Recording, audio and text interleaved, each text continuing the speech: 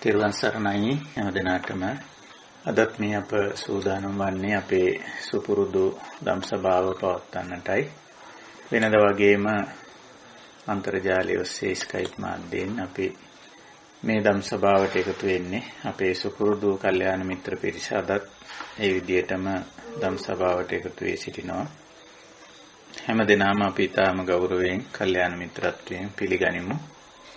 අද විවාහාර වර්ෂයෙන් 2021 වර්ෂයේ වෙසක් මාසයේ මැයි මාසයේ 24 වෙනිදා සඳුදා දවසක් ශ්‍රී ලංකා වේලාවෙන් උදෑසන 5:30 සිට 7:30 පමණ කාලය අපි මේ සඳහා ගත කරනවා. අදත් අපි බලාපොරොත්තු වෙනවා මේ හෝරා දෙකක විතර කාලයක් අපේ දහම් හමුව පවත්වන්නට. වෙනද වගේම අපි දහම් හමුව ආරම්භ කරමු. මේ උතුම් දහම නිවීමට සැනසීමට මඟ කියන නිබ්බාන පටිසංයුක්ත ධර්මය අවබෝධ කරගෙන තමන් වහන්සේ නිවිල සැනසීලා ලෝක සත්වයා කෙරෙහි අප්‍රමාණ කරුණාවෙන් නිවීම සැනසීම පිණිස ඒ උතුම් දහම දේශනා කොට වදාළ තථාගත බුදු පියාණන් වහන්සේ බුද්ධ ගෞරවයෙන් සිහි කරගෙන নমස්කාර පාඨය තුන් ආරයක් කියලා සම්බුද්ධ වන්දනාවෙන් අපි දහම් හමුව ආරම්භ කරමු. නමෝ තස්ස භගවතෝ අරහතෝ සම්මා සම්බුද්දස්ස. නමෝ තස්ස භගවතෝ අරහතෝ සම්මා සම්බුද්දස්ස. නමෝ තස්ස භගවතෝ අරහතෝ සම්මා සම්බුද්දස්ස. සාදු සාදු සාදු. තෙරුවන් සරණයි. අවසරයි කල්යාණ මිත්‍ර හැමදෙනාගෙන්ම අපේ දහම් හමුව අපි කාලයක් තිස්සේ සිදු කරගෙන ලබනවා. අපි හැමදෙනාගේම ධර්ම අවබෝධයේ පිණිස කාලේන ධම්ම ශ්‍රවණං කාලේන ධම්ම සාකච්ඡා ආදී වශයෙන් බුදුරජාණන් වහන්සේ දේශනා කොට වදාළ පරිදි නැවත නැවත යලි යලිත් ධර්මය සාකච්ඡා කිරීම, ඒ වගේම එදිනෙදා ජීවිතයේ පැන නගින ලෝකයේ තුල පැන නගින මතුවන දකින්න අහන්න විඳින්නට ලැබෙන දේවල් ඇසුරු කරගෙන යලි යලිත් ධර්මයේ සාකච්ඡා කිරීම අප මේ කරන්නේ. ඒ සඳහායි අප යොමු වී සිටින්නේ. කාලයක් තිස්සේ අපි මේ උතුම් සත්කාරය සිද්ධ කරගෙන ලබනවා. ඉතින් අදත් අපි බලාපොරොත්තු වෙන්නේ අන්න ඒ කාර්යය සිද්ධ කරන්නටයි. ටික වෙලාවක්. එතකොට අපි මේ වන විට අපි ධර්ම මාතෘකාවක් තියාගෙන තිබෙනවා. යථා භූත ඥාන දර්ශන පාලි භාෂාවෙන්, සිංහලෙන් ඇති තතු දැකීම කියලා. ඒ විදිහට මේ මාතෘකාව අපි තියාගෙන කතා කරන්නේ. කොයි පැත්තෙන් කොයි සූත්‍ර වලින් කුමන විදිහේ ධර්ම සංഭാෂණ බුදුරජාණන් වහන්සේ විසින් කරන ලද හෝ එසේ නැත්නම් ශ්‍රාවකයන් වහන්සේලා විසින් කරන ලද හෝ ධර්ම සංഭാෂණ අපට සූත්‍ර සාහිත්‍යයේ මුණ ගැහෙනවා. ඉතින් ඒ කොයි සූත්‍ර සාකච්ඡා කළත් අපේ ඉලක්කය එකම දෙයක්, යථාබෝධය ඇති කර ගැනීම. තවත් සංක්ෂිප්තව කිව්වොත්, හකුලවල කිව්වොත් සිව්සස් දහම් චතුරාර්ය සත්‍ය ධර්මය අවබෝධ කර ගැනීමයි මේ ධර්ම සාකච්ඡාවේ ඉලක්කය. ඉතින් ওই විදිහට අපි බලාපොරොත්තු වෙන්නේ මේ ධම් සභාව දිගටම පවත්වාගෙන යන්න මේ අවබෝධයේ පිණිස. සමහර විට මේ ධම් සභාවට මේ මොහොතේ අපි මේ ගන්න කාල පරිච්ඡේදය තුල සජීවීව සම්බන්ධ වෙන්න බැරි වුණත් බොහෝ දෙනෙක් අපේ සාකච්ඡාව අන්තර්ජාලගත වෙන නිසා ශ්‍රවණය කරනවා. ඒ වගේම ඒ ඇසුරෙන් සාකච්ඡා සම්මන්ත්‍රණත් කෙරෙනවා.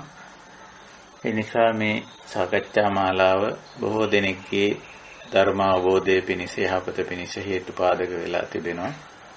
මට කතා කරලා කියපු ඇතැම් ඇත්තෝ මේ පිළිබඳව මට විතරක් නෙවෙයි මේ ධම් සභාවේ ඉන්න බොහෝ දෙනෙකුට ඒ ප්‍රසාදේ පළ කරා පුණ්‍ය අනුමෝදනා කරා මේ අහන විමසන ප්‍රශ්න ඉදිරිපත් කරන අත්දැකීම් පවා විශාල අවබෝධයක් ඇති වෙනවා අපිට කියලා ශ්‍රවණය කරපු ඇත්තෝ. ඉතින් හුඟක් දෙනෙක් පසුව ශ්‍රවණය කරන අය. නමුත් මේ ධම් සභාවට එකතු වෙලා මේ මොහොතේ කරන සාකච්ඡාව විමසන ප්‍රශ්න ඉදිරිපත් කරන අත්දැකීම් ඒවා අනිත් අයට බොහෝ සෙයින් ප්‍රයෝජනවත් වෙන ඵලදායී වෙන බව අපිට මතක් කරා බොහෝ දෙනෙක්. ඒ නිසා අපි බලාපොරොත්තු වෙනවා මේ සාකච්ඡාව දිගටම පවත්වාගෙන යන්නට. අපි දැනට සාකච්ඡාව සඳහා මාතෘකා කරගෙන තිබෙන්නේ ධම්මචක්කපවත්තන දේශනාව.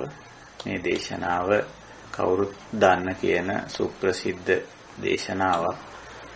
ඒ නිසා මෙහි මූලාශ්‍රය මම මුල් අවස්ථාවේ මතක් කළෙත් නැහැ. නමුත් මූලාශ්‍රය පිළිබඳ මගෙන් විමසීමක් කළා. මේ ධම්මචක්කපවත්තන සූත්‍රය හුඟ දෙනෙක් දැකලා තියෙන්නේ ශ්‍රී ලංකාවේ අය නම් මේ පිරිත් පොතෙන්. පිරුවානා පොත් වහන්සේ කියලා අපේ ලංකාවට ආවේනික විශේෂ ග්‍රන්ථයක් තියෙනවා. ඒක ලංකාවේ ඓතිහාසිකව සංවර්ධනය වෙච්ච ග්‍රන්ථයක්. අනුරාධපුර යුගයේ මේ පිරුවානා පොත ආරම්භ වුණු බවට ඓතිහාසික තොරතුරු තිබෙනවා. විශේෂයෙන් නවක භික්ෂුන් වහන්සේලාට අත්‍යවශ්‍යයෙන් මතක තියාගත යුතු කටපාඩම් කරගත යුතු සූත්‍ර ප්‍රමාණයක් සූත්‍ර පිටකයෙන් උපුටලා අරගෙන වෙනම ගොනු කිරීමක් තමයි තිරුවානා පොත් වහන්සේ කියලා කියන්නේ. ඉතින් ඒකේ බණවර නැත්තම් සූත්‍ර කාණ්ඩ කියලා අපි කිව්වොත් 4ක් පේන්න තියෙනවා.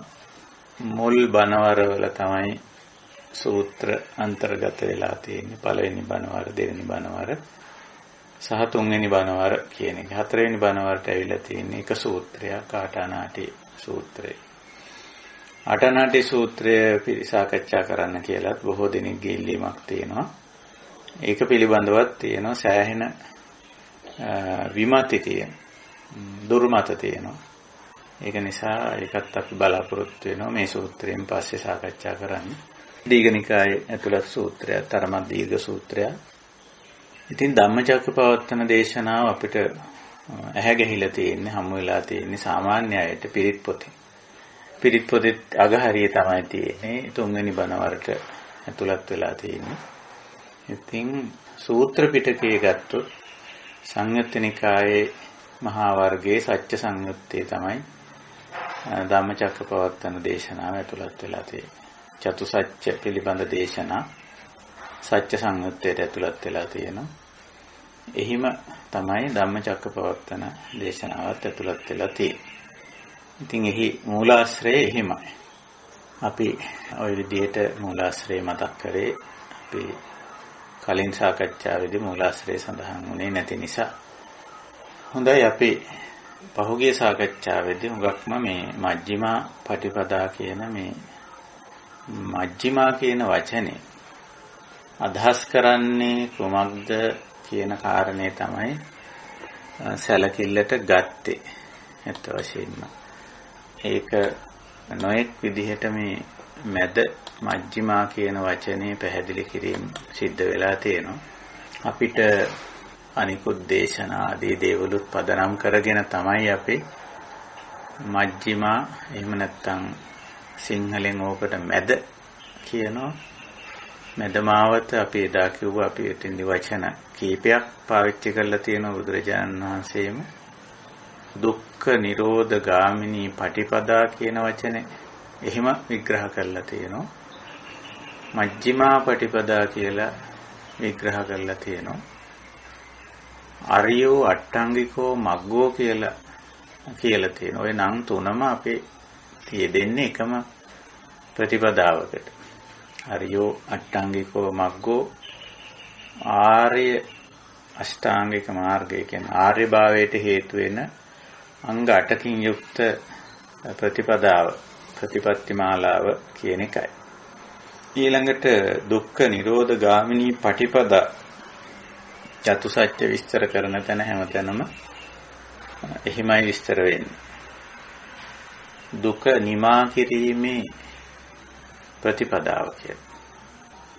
ඊළඟට මෙතන සඳහන් වෙන්නේ මජ්ක්‍ධිමා පටිපදා කියලා. මධ්‍යය මැද අල්ලා ගැනීමට නැත්තම් මධ්‍යගත වී සිටීමට මඟ පෙන්වන ප්‍රතිපදාව කියලා. මධ්‍යගත ස්වභාවය මොකද්ද?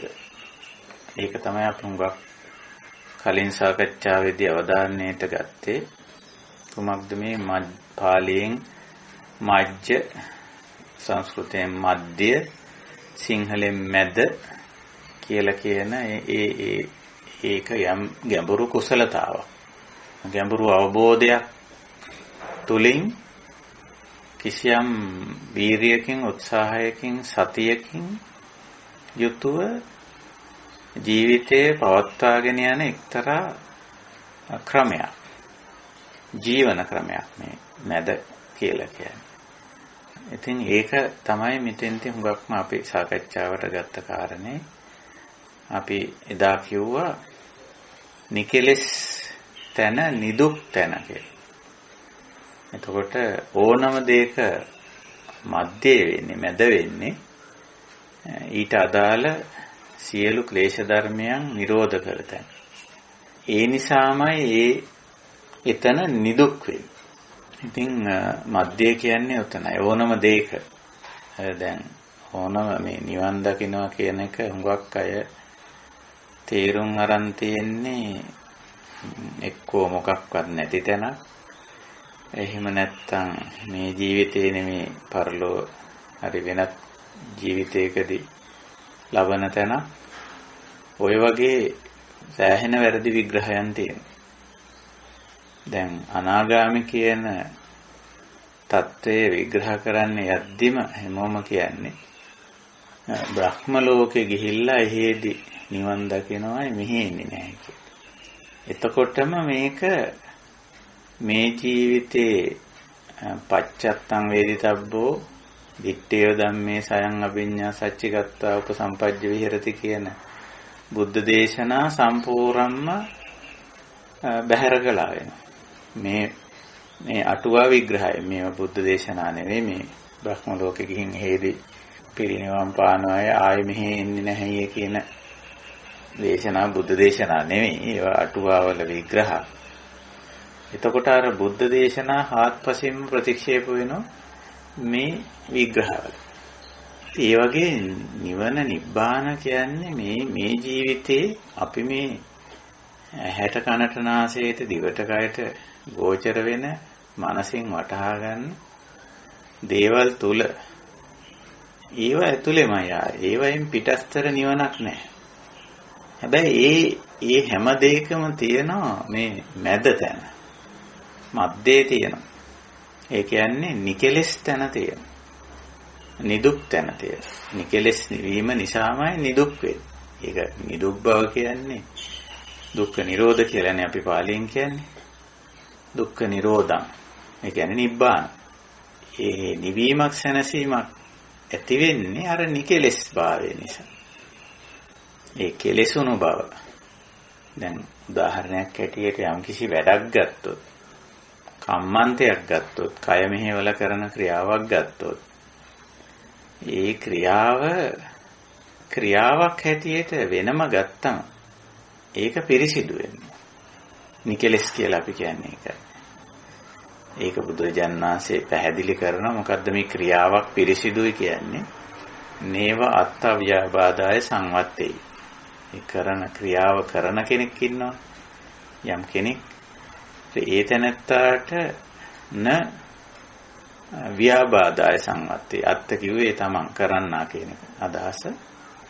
ඔහුට අහිත පිනිස නොවිය යුතුයි. එතකොට ඒ තමන්ගේ පැත්තෙන් සුද්ධයි පිරිසිදුයි ක්‍රියාව. ඒ විතරක් මදින පරව්‍යාබාධය සංවත්තේ. අනිකාට ඒ ක්‍රියාව නිසා අනිකාට අයහපතක් ගැටලුවක් ගැහැටක් ප්‍රශ්නයක් දුකක් ඇති නොවිය යුතුයි. ඊළඟට න උභයව්‍යාබාධය සංවත්තේ. තමන් අනුන් විතරක් බෑ. තමන් අනුන් ඇතුළත්ව සමස්තයම ගන්නවා. සමස්ත ජීව පද්ධතියටම අහිත පිනිස නොවේ. ඔය නිර්ණායක ඇතුළට ගේන එක තමයි මේ ඒතන තමයි මධ්‍ය කියන්නේ. එතකොට කම්මන්තේ නැත්තම් ක්‍රියාව පිරිසිදු. වාචා වචනයට ගියත් ඒත් එහෙමයි. යම්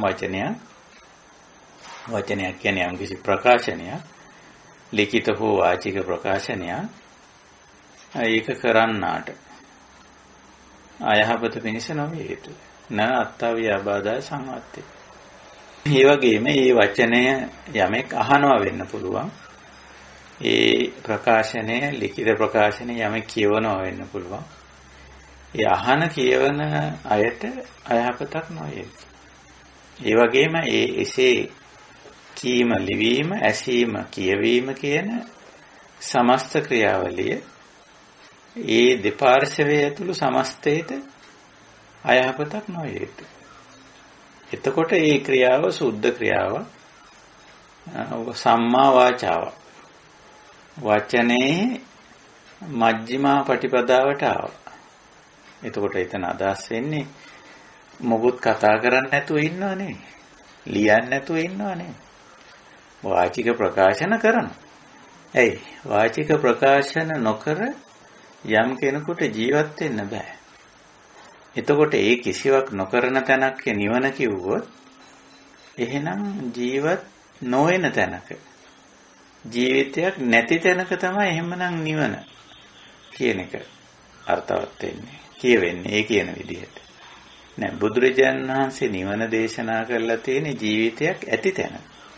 ඇති ජීවිතයකටයි නිවන අවශ්‍ය කරන්නේ. නැති ජීවිතයකට නිවන අවශ්‍ය කරන්නේ නෑ. නිවීමක් සැනසීමක් අවශ්‍ය කරන්නේ නෑ. මේ තියෙන ජීවිතේට ඒකයි බුදුරජාණන් වහන්සේ තියෙන ජීවිතේ පවතින ජීවිතේට වචනයක් පාවිච්චි කරා දිට්ඨ ධම්ම කියලා. දිත්තේව ධම්මේ මේ තියෙන ජීවිතේ මේ පවතින ජීවිතේ තුලම තමයි මේ නිබ්බාණය නිවීම අපි සාක්ෂාත් කරන්නේ. ඒ කරන්නේ කොහොමද ඒක? අර ප්‍රඥාවෙන් වීරියෙන් සතියෙන් ඔය ගුණාංග තුන තමයි නිර්වාණ ධර්මයේ සාක්ෂාත් කිරීමේහිලා ප්‍රමුඛ ගුණාංග තුන. ඔය තුනම එකතු කරපුවම අපි කියනවා සම්මා සති කියලා. ඔය ගුණාංග තුන තමයි ඇත්තටම ආර්ය ශ්‍රාංග මාර්ගයේ අගට දක්වලා තියෙන්නේ. සම්මා වායාම, සම්මා සති, සම්මා සමාධි. සම්මා සමාධි කිව්වම අර ගැඹුරු අවධානය අදහස් කරන්නේ. ඉතින් සතිය, සාවධාන බව, සතිමත් බව, වීරිය. මේ ගුණාංග ආතාපි සම්පජානෝ සතිමා කියලා ඔය සතිපට්ඨාන දේශනාවේදී කියන්නේ ඔය තුන තමයි. ඒ තුනෙන් තමයි අර මැදට මැදට හරියටම අපි එන්නේ. ඕනම වැඩක මැද අල්ලගන්න. හරි අමාරු වැඩක් ඒක. ඒ කියන්නේ කරන්න කලියනොත් ඒකේ මැද තැන නැත්තම් නිකලස් තැන නිදුක් තැන අල්ල ගන්න ඕන. කරගෙන යද්දිත් එහෙම. කරලා අවසානෙත් එහෙම. ඒක අම්බලට්ටික රාහුලවාද සූත්‍රයේදී බුදුරජාණන් වහන්සේ ওই අවස්ථා තුනේදීම ওই මධ්‍ය ගැන කියනවා. යංකින්චි කාය කම්මං වචී කම්මං මනෝ කම්මං. යංකින්චි කියන්නේ කිසියම්. කාය කම්මං කියන්නේ කායික ක්‍රියාකාරකම. වචී කම්මං කියුවේ වාචික ප්‍රකාශනය. මනෝ කම්මං කියුවේ අපි මනසින් හිතින් හිතන සැලසුම් කිරීමක්, කල්පනා කිරීමක්, විමසා බැලීමක්, අධ්‍යයනය කිරීමක් එවැනි දෙයක්. ඔය කවර දෙයක් වුණත් කත්තු කාමෝ පළවෙනි පියවර බුදුහාමුදුරු දේශනා කරන්නේ කාමෝ කියන්නේ කැමැත්තනේ, කත්තු කියන්නේ කරන්නට කැමැත්තේ නම් කැමැති නම්.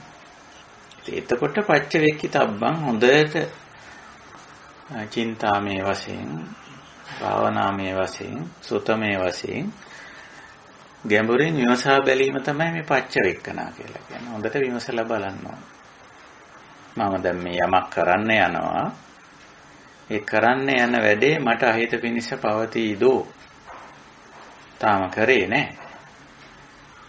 ඒ වගේ මේ කරන්න යන දේ අනිකාට අහිත පිනිස පවතීදෝ? මමත් අනිකාත් ඇතුළු සමස්තයට අහිත පිනිස පවතීදෝ කියලා හොඳට විමසා බැලේ. විමසා බලලා එහෙම නොවේ නම් ඒ කාර්යයට යොමු වෙන්න කරන්න කියලා. ඊළඟට දෙවනුව බුදුරජාණන් වහන්සේ දක්වනවා කරොන්තේන පිරාහුල. කරන ගමනොත් බලන්න. මොකද හේතුව දැන් සමහර දේවල් වලට අපි වැඩේට බහින්න නැතුව වැඩේ ගැන හිතුවම අපිට සමහර වෙලාවට මේක අහිත පිනිස පවතින එකක් නෑ කියලා තමයි හිතේ. ඒ කියන්නේ අපි ධනාත්මකයි. බොහෝ වෙලාවට ඒක නිසා ධනාත්මකයි කියලා කියන්නේ මේ නූතන ලෝකේ පොසිටිව් තින්කින් කියන එක නෙවෙයි. අර දහමේ නිර්ණායකට අනුව බැලුවම අපිට හිතෙනවා මේක තමන්ට අනුන්ට තමන් අනුන් ඇතුළු සමස්තයට අහිත පිනිස පවතින්නේ නෑ මේ මම මේ කරන්න යන කාර්යය කියලා. ඒක නිසා අපි වැඩේට බහිනවා. ඒ කාර්යය කරනවා.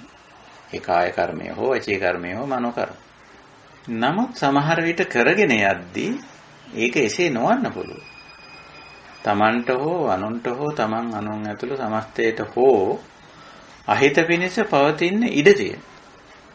ඒ කරන විදිහ, කරන ආකාරය, මේ කරන කාර්යයට ලැබෙන ප්‍රතිචාර, එයින් ලැබෙන ප්‍රතිඵල මේවා නිසා පටිච්ච සමුප්පන්න වශයෙන් එහෙම වෙන්න ඉඩ තියෙනවා. ඒක නිසා දෙවෙනි පියවරේදී බුදුරජාණන් වහන්සේ කියනවා කරොන්තේන පිරාහුල. යංකින්ච කාය කම්මං වචී කම්මං මනෝ කම්මං.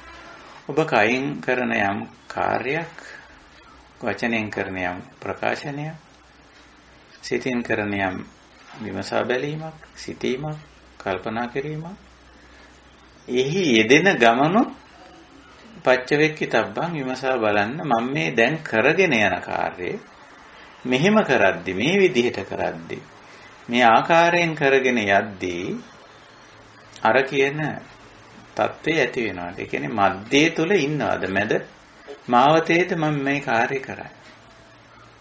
මේ ප්‍රකාශනය කෙරෙන්නේ.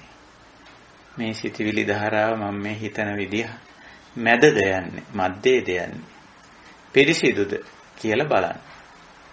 ඉතින් එහෙම විමසා බලද්දී යම් විදිහක Tamanට තේරුණොත් Taman මධ්‍යයේ නැහැ. මජ්ක්‍ධිමා පටිපදාවේ නෙමෙයි ඉන්නේ. අන්තයට ගිහිල්ලා, පැත්තකට ගිහිල්ලා කෙලසිලා කියලා ඒක රාවුල අතහැරලා දාන්න. ඒක අතහැරලා දාන්න. ඒක මැද නෙමෙයි. එහෙම නැත්නම් ඒ ක්‍රියාව මැදට ගේන්න. ඒ කියන්නේ ඒක ගේන්න පුළුවන් එකක් තියෙනවනේ. ඔය මැදට ගේන එක තමයි ඇත්තටම මේ ගාක්ම මජ්ක්‍ධිමා ප්‍රතිපදාවේ උගන්වන්නේ. කාර්යයන් අතහැරලා දැමිය යුතු කාර්යනොත් තිබෙනවා. ඒක ඇත්ත. අතහැර දැමිය යුතු කාර්යනොත් තිබෙනවා. නැතුව නෙමෙයි. ඒ වුණාට ඇතැම් කාර්යයන් මැදට ගේන්න පුළුවන්. මධ්‍යමා ප්‍රතිපදාවෙන් පිට පැනලා තියෙනවා. කිසියම් කෙලෙසිලා. එහෙම නැත්නම් නිෂ්ඵලයි. ඔය අන්ත දෙක තමයි මේ. අන්ත දෙක වෙන්නේ. කෙලෙසුණු අංශය සහ නිෂ්ඵල අන්තය.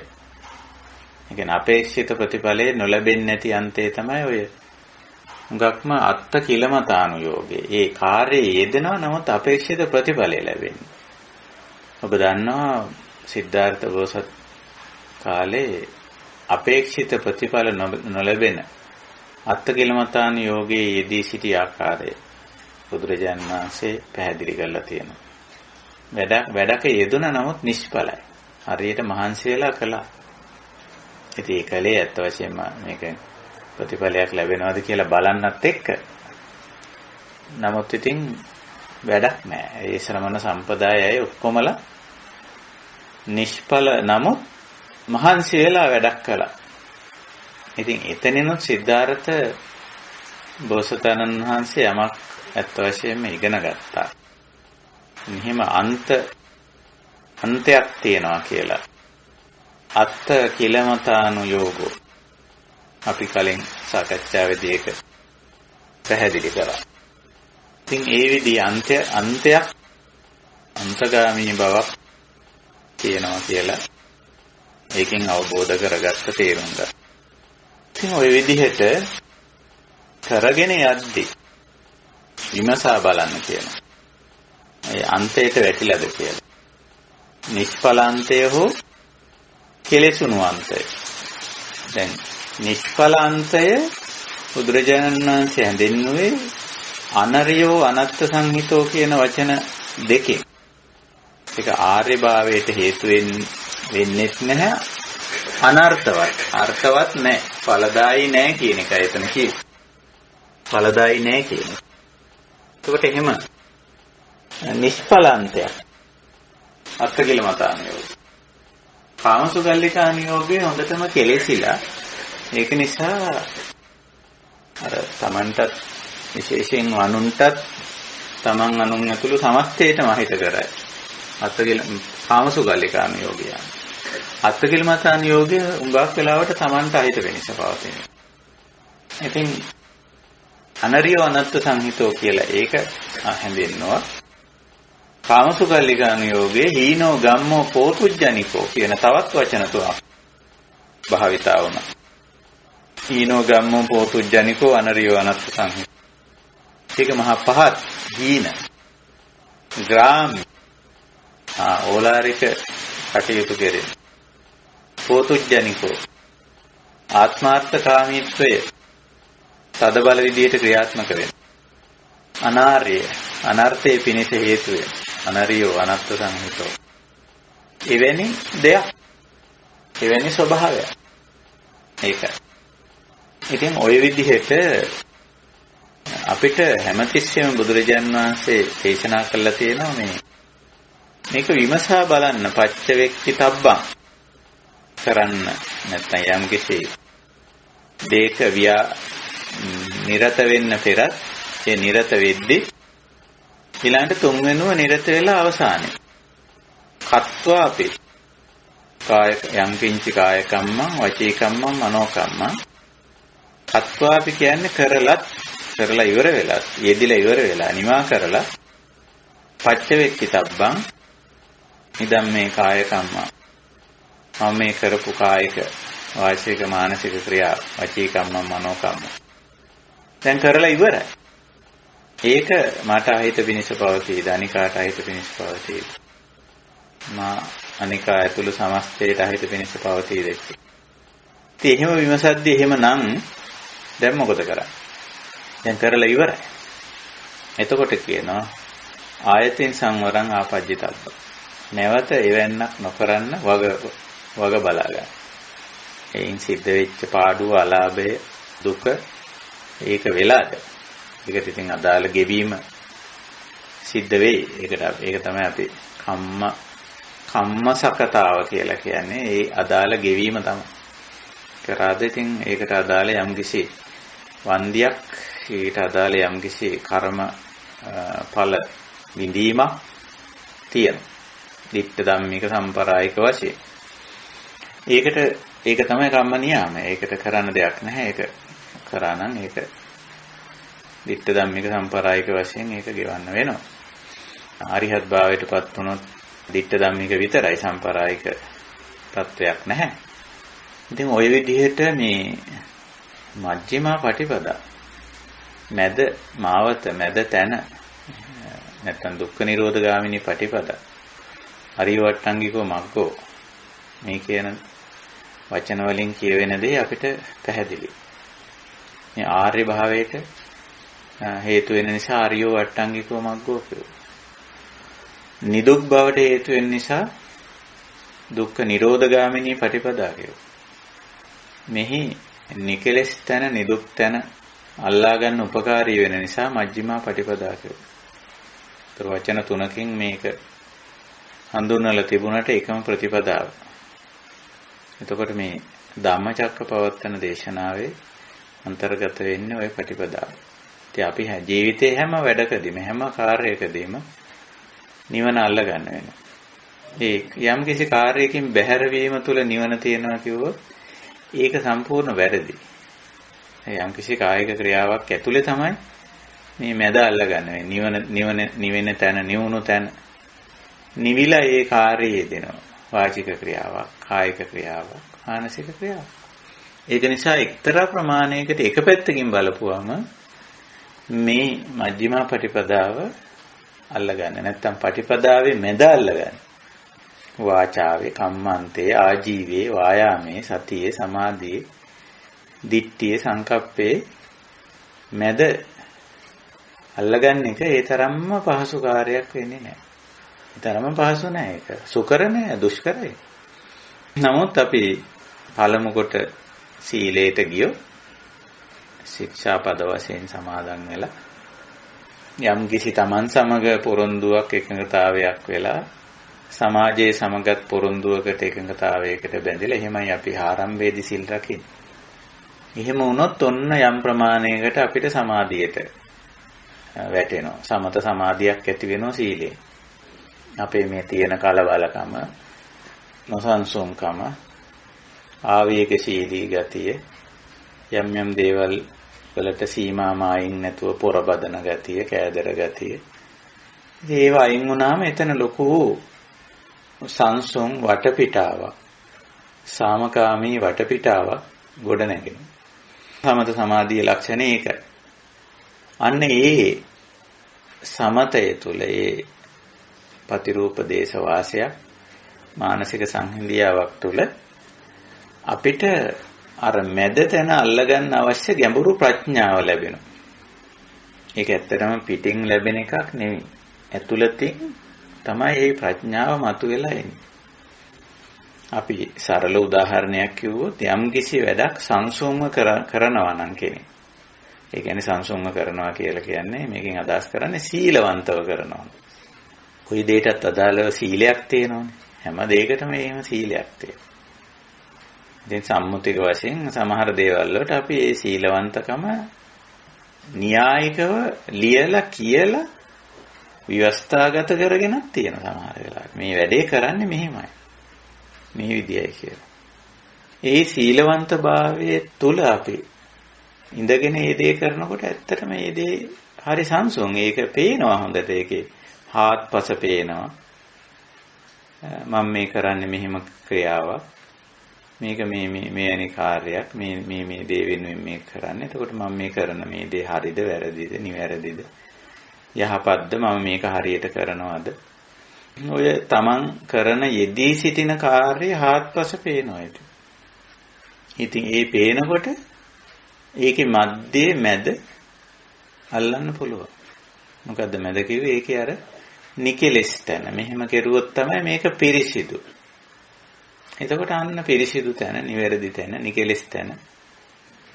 තමන්ට අහිත පිනිස නොවන තැන, නොවන ආකාරයේ, නොවන ප්‍රමාණය, අනිත් එක්කෙනාට අහිත පිනිස නොවන තැන, නොවන ආකාරයේ, නොවන ප්‍රමාණය, තමන් අනුන් ඇතුළු සමස්තයටම අහිත පිනිස නොවන ආකාරයේ, නොවන තැන, නොවන ප්‍රමාණය අල්ලන්න පුළුවන්. කොහොමද ඒක අල්ලගන්නේ? ඒක තමන්මයි පච්චත්තම් වේදි තබ්බෝ කිව්වේ බුදුරජාණන් වහන්සේ ඒකයි. වෙන කෙනෙකුට ඒක පෙන්නලා දෙන්න බෑ. මෙන්න මෙතෙන්දි තමයි මේ කාර්යය ඇතුලේ ඔයාට අහිත පිනිස නොවන්නේ, අනිකාට අහිත පිනිස නොවන්නේ. තමන් අනුන් ඇතුළු ඔබ සහ අනිකාට ඇතුළු සමස්තයට අහිත පිනිස නොවන්නේ ඔන්නොතෙන්දි කියලා එහෙම කියලා දෙන්න බෑ වෙන කෙනෙකුට. බුදුරජාණන් වහන්සේ ඒක ඒ සඳහා අපිට පොඩ්ඩක් උදව් කරලා තියෙනවා. උදාහරණ වශයෙන් කියලා දැන් සම්මා වාචා විග්‍රහ කරන තැන බලන්න. ඒකේ මැද අල්ලලා දෙන්න උන්වහන්සේ උත්සාහ කළා තියෙනවා. කතමාච බික්කවේ සම්මා වාචා. ශ්‍රාවකයනි මේ වාචික හෝ ලිඛිත ප්‍රකාශනයේ මැදේ කියන්නේ මැද කියන්නේ මොකද්ද? මේ වාචික හෝ මේ ලිඛිත ප්‍රකාශනය මුසා, පිසුනා, පරුසා, සම්පප්පලාපා කියන මේවායින් වේරමණී වෙන් විය යුතු, ඉවත් විය යුතු, බැහැර විය යුතු. අන්න මැදේ අල්ලගන්න අපිට උදව් කළා. ඒක එක්තරා මඟ පෙන්වීමක් විතරයි. මඟ පෙන්වීමක් විතරයි. දැන් අපි දැනගන්න ඕන යම් ප්‍රකාශනයක මෝස ධර්මයේ කොතෙන්දද මිශ්‍ර වෙන්නේ කියලා. මුසාව වෙන්නේ කොතෙන්දද කියලා. කොතනදද මේක මුසාවක් බවට පත් වෙන්නේ? ලියන ප්‍රකාශනය හෝ කරන වාචික ප්‍රකාශන. කොයි මට්ටම කොතෙන්දීද පරුස වෙන්නේ? අනිත් එක්කෙනාගේ හිත රිදීමකට, අනිත් එක්කෙනාගේ හිත කෙලෙසීමකට, තමන් පහත් ගණේ ප්‍රකාශනයක් කරන්නෙක් බවට පත්වන්නේ. පරුස වෙන්නේ කොතෙන්දීද? ඒක අපි අල්ලගන්නවා. කොතැනදීද මේක පිසුනා වෙන්නේ? කොයි මට්ටමේදීද මේක ભેදකාරී ප්‍රකාශනයක් වෙන්නේ? අසමගිය, අගෞරවය, අනාදරය පිණිස හේතු වෙන්නේ කොතෙන්දීද කියලා අපි අල්ලගන්න ඕනේ. කොතෙන්දීද මේ ප්‍රකාශනයේ සම්පප්පලාපයක් වෙන්නේ? හිස් ප්‍රකාශනයක්, වැඩකට නැති අර්ථ ශූන්‍ය ප්‍රකාශනයක්. අන්න එතෙන්ට එනකොටම අපිට පුළුවන්කම තියෙනවා නතර කරගන්න. එසේ නොවන විදිහට මේක මතුවටත් කරගෙන යන්න පුළුවන්. ඒකයි තියෙන්නේ. ඒක බුදුවරයෙකුටම ඉදිරිපත් කරන්න බෑ. කම්මන්තේදීත් බුදුරජාණන් වහන්සේලා කරන්නේ උදාහරණ දක්වන්නේ. කතමාච බික්කවේ සම්මා කම්මන්තෝ මොකද්ද මේ කායික කය මෙහෙवला කරන්නා වූ ක්‍රියාකාරකම් වල මැදේ මොකද්ද? ඉතින් උදාහරණ වශයෙන් කියන පාණාතිපාතා වේරමණී, අදින්නාදාන වේරමණී, කාමේසු මිත්‍යාචාරා වේරමණී කියන. ප්‍රාණඝාතය කියන එක ඒකේ වෙන්න බෑ. කායික කය මෙහෙवला කරන ක්‍රියාවක මැදේ නිදුක් තැන, නිකලස් තැන නම් නිකලස් තැන කියලා කියන්නේ එතන ප්‍රාණඝාතය වෙන්න බෑ. ප්‍රාණඝාතය වෙනෝ නම් කය මෙහෙवला අපි කරන ක්‍රියාවක ඒ කායික ක්‍රියාව පිරිසිදු නැහැ. ඇයි පිරිසිදු නැහැ කියන්නේ? ඒක පරව්‍යාබාධය සංවත්තේ. අනිකාට අහිත පිණිස පවතිනවනේ. ප්‍රාණඝාතයක් කියනකොටම තවත් කෙනෙකුට අහිත පිණිස පවතින. ප්‍රාණඝාතයක් නොවුනත් දනුමුගුරු ගැනීමක්, හිංසා පීඩා කිරීමක් සිද්ධ වෙනවා නම්, අලාභයක් පාඩුවක් සිද්ධ වෙනවා නම් ක්‍රියාව පිරිසිදු නැහැ. මැදට ඇවිල්ලා නැහැ. ඒකයි. ඊළඟට අදින්නාදානයක් වෙනවා නම්, අනුන්ගේ දේ පැහැර ගැනීමක් වෙනවා නම්, අයිතියට බාධා කිරීමක් වෙනවා නම්, අනිකාගේ භෞතික දේපල පිළිබඳ අයිතියට බාධාවක් වෙනවා නම්, භෞතික දේපල විතරක් නෙමෙයි, ඉතින් අදින්නාදාන කියුවම අනිකාට තියෙන අයිතිවාසිකම්, අනිකාට තියෙන ඉඩ, ඔය ඕනම දෙයක් වෙන්න පුළුවන් පැහැරගන්න. සමහර විට අනිකාගේ ගෞරවය, කීර්තිය වෙන්න පුළුවන් මේ පැහැරගන්න. එතකොට අදින්නාදාන වෙන්නේ. ඒ හරි සියුම් කාරණයක්. ඉතින් එහෙම වෙනවා නම් මේ ක්‍රියාව පිරිසිදු නැහැ. පිරිසිදු නැති වුණ ගමන් එතන දුක එනවා. අපිරිසිදු ක්‍රියාවෙන් දුක එනවා. පිරිසිදු වුණ ගමන් දුක්ඛ නිරෝධය වෙනවා. ඒකයි ස්වභාවය. ඉතින් ওই විදිහට ආජීවයේ වුණත් එහෙම. ඉතින් මැද අල්ලා ගැනීම අපසතු ක්‍රියාවක්. අපය අවබෝධ කරගත යුතුයි. තථාගතවරු අක්ඛාතාරෝ තථාගතවරු මේකට මඟ කියනවා. නැත්තම් පැහැදිලිව මඟ කියලා තියෙනවා. ආජීවයේ වුණත් එහෙම මිච්ඡා ජීවම් පහය සම්මා ජීවෙන ජීවිකං කප්පේ. ඒක තමයි දීවිපෑත්මේ නිකලස් තැන, නිදුක් තැන. ඒකයි. ඉතින් ඒක අපි අල්ල ගන්නවා. බුදුහාමුදුරන්ට ඇවිල්ලා අපිට ආජීවයේ තෝරලා දෙන්න බෑ. මෙන්න මේ උදාහරණ වශයෙන් උන්වහන්සේ කියලා තියෙනවා සමහර තැන්වල. කුහනා ලපනා නිමිත්තිකතා නිප්පේසිකතා ලාභේන ලාපන්නේ ජීවිසනතා කියලා. ආජීවයේ අපිරිසිදු වෙන විදිය කියලා තියෙනවා. ඒ වෙනි අපිරිසිදු භාවයකින් තමන් ජීවනෝපාය කරනවද කියලා බලන්න. ඉතින් බලලා එහෙමනම් අපිරිසිදුයි. එහෙනම් එතනින් අයින් වෙන්න. පේරමණි පහතබ්බං බහැර විය යුතුයි. දුරස් කළ යුතුයි, අයින් විය යුතුයි කියලා. ওই විදිහට අපි ඔය පහුගිය සාකච්ඡාවේදී ප්‍රධාන වශයෙන් ඔය තමයි ඔය මාර්ගාංග වලට තමයි අවධානය යොමු කළේ. මාර්ගාංග පිළිබඳ අවබෝධය තියෙනවා. නමුත් ඒකේ මැද්‍ය කියන එක තමයි මජ්ක්‍ධිමා පටිපදා කියන ධම්මචක්කපවත්තන දේශනාවේ ආරම්භයේදීම තියෙන මජ්ක්‍ධිමා පටිපදා තථාගතේන අபிසම්බුද්ධා. තථාගතවරු විසින් අවබෝධ කරගෙන තියෙන එක උන්වහන්සේ සුවිශේෂ මම අවබෝධ කරගත්ත කියලා නෑ උන්වහන්සේ. තථාගතයන් වහන්සේ විසින් අවබෝධ කරගත්ත දෙයක්. අபிසම්බුද්ධ චක්කුකරණී ඥානකරණී උපසමාය අභිඥාය සම්බෝධාය නිබ්බානාය සංවත්තති. චක්කුකරණී ඇස පාදනේක, ප්‍රඥායස පාදනේක, ඥානකරණී ඥානේ ප්‍රඥාව වර්ධනය කරන එක, ඇති කරන එක. විතරක් නෙවෙයි උපසමා සංසිඳීම පිණිස හේතු වෙන එක. අභිඥා ගැඹුරු අවබෝධය ඇති කරන්න. සම්බෝධ නිවැරදි යහපත් අවබෝධය ඇති කරන්න. නිබ්බානාය සංවත්තති අවසානයේ නිවීම. අර කියන නිකලෙස් නිදුක් තැන සාක්ෂාත් කරගන්න පුළුවන් වැඩපිළිවෙලක් හැටියට මේක හඳුන්වා දෙන්නේ ඒකයි. ඉතින් අපි තවත් ටිකක් මේකේ මාර්ගාංග වලට ඉස්සරහට යමු. මජ්ක්‍ධිමා පටිපදාවේ ඉදිරි මාර්ගාංග වලට අවධානය යොමු කරොත් සම්මා වායාම, සම්මා සති, සම්මා සමාධි. ඉතින් සම්මා වායාමයේ නැත්තම් වෑයමේ උත්සාහයේ මැද නිදුක් තැන, නිකලෙස් තැන අල්ලගන්න අපිට බුදුරජාණන් වහන්සේ උදව් කරලා තියෙනවා. යම් විදියක පැහැදිලි කිරීමක් කරලා තියෙනවා. කොහොමද එතෙන්ට එන්නේ? කතමාච මජ්ක්‍ධිමා. මේ වෑයම කියන එක අපේ ජීවිතේ තියෙන එකක් නේ කොච්චරවත්. මේ වෑයම තියෙනවා. යම් උත්සාහයක් නිරත වෙලා ඉන්නේ. හිතරම මොකටද කියලා බැලුවොත් හොඳට කල්පනා කරලා බලන්න අපි මේ උත්සාහවන්ත වෙන්නේ මොකටද කියලා. යම් කිසි පෙළඹවුණු ස්වභාවයක් තියෙනවා. අභ්‍යන්තර පෙළඹවීමක් තියෙනවා. විශේෂයෙන් මානසිකව මේක තියෙන්නේ. වායාමයේ වෑයම මනසින් තමයි මේ පෙළඹවීම ඉදිරිපත් වීම ඉන්නේ.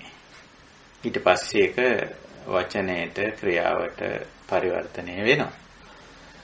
මේ වෑයම තියෙන සාමාන්‍යයෙන් හැම මිනිස්සෙක් තුළම හැම සත්වයෙක් තුළම මේ වෑයම තියෙනවා. ව්‍යායාමය, උත්සාහය, අභ්‍යන්තරයෙන් මතුවලා එන උනන්දුකාරකයේ පෙළඹවීම. සාමාන්‍යයෙන් බැලුවොත් ආහාර පාන ටිකක් සොයාගන්න. ওই වගේ දේ සරල දේකින් අපි කතා කරොත් හැම සත්වයකගේම මේ වෑයම තියෙනවා. ඉතින් මේ වෑයම සමහර වෙලාවට ඒකට උත්තේජක සාධකය වෙන්නේ බඩගින්න වෙන්න පුළුවන්. බඩගින්න නැත්තම් ආහාර සොයා යන්නේ නැහැ. ඊළඟට ඇඳුමක් නැත්තම් කය ආවරණය කරගන්න තවත් විදිහකින් කයට දැනෙන සීතල, උෂ්ණය, මැසි මදුරු වදුරු මේ වගේ දේවල් වලින් මේ ශරීරය බේරගන්න ආරක්ෂා කරගන්න වෑයමක් තියෙනවා. ඒක සතා සිව්පාවනක් කරනෝනේ බලන්න. තමන්ගේ ඇඟේ තියෙන මැස්සෝ මදුරු මේ සතුන් මැක්කෝ අරගෙන දාන කොච්චරවත්. මේ ශරීරයේ ලෙව කනවා. ඒ වගේ දේවල් කරනවා. දැන් අපි ඊට වැඩිය බරපතල දේවල් කරනවා. සීතෙන්, උෂ්ණෙන්, මැසි මදුරු වදුරු වලින් කය ආරක්ෂා කරගන්න. ඉතින් ඒ වෑයම කරන්නේ ඇයි? අර කයට එවැනි අභියෝගයක්, තර්ජනයක් තියෙනවා. ස්වභාවිකවම. ඒක තර්ජනයක්, අභියෝගයක් කියනවට වඩා එක්තරා ධර්මතාවයක්. මේ ශරීරයට සීතල දැනෙනවා. ඒක දරා ගන්න බැරි මට්ටම වෙනකොට දැන් ඉතින් ඔන්න වායාමයක් කරන්න වෙනවා. වෑයමක් කරන්න වෙනවා. උත්සාහයක් කරන්න වෙනවා. මොකටද? අරක තියාගන්න. උෂ්ණේ වැඩි වෙනවා.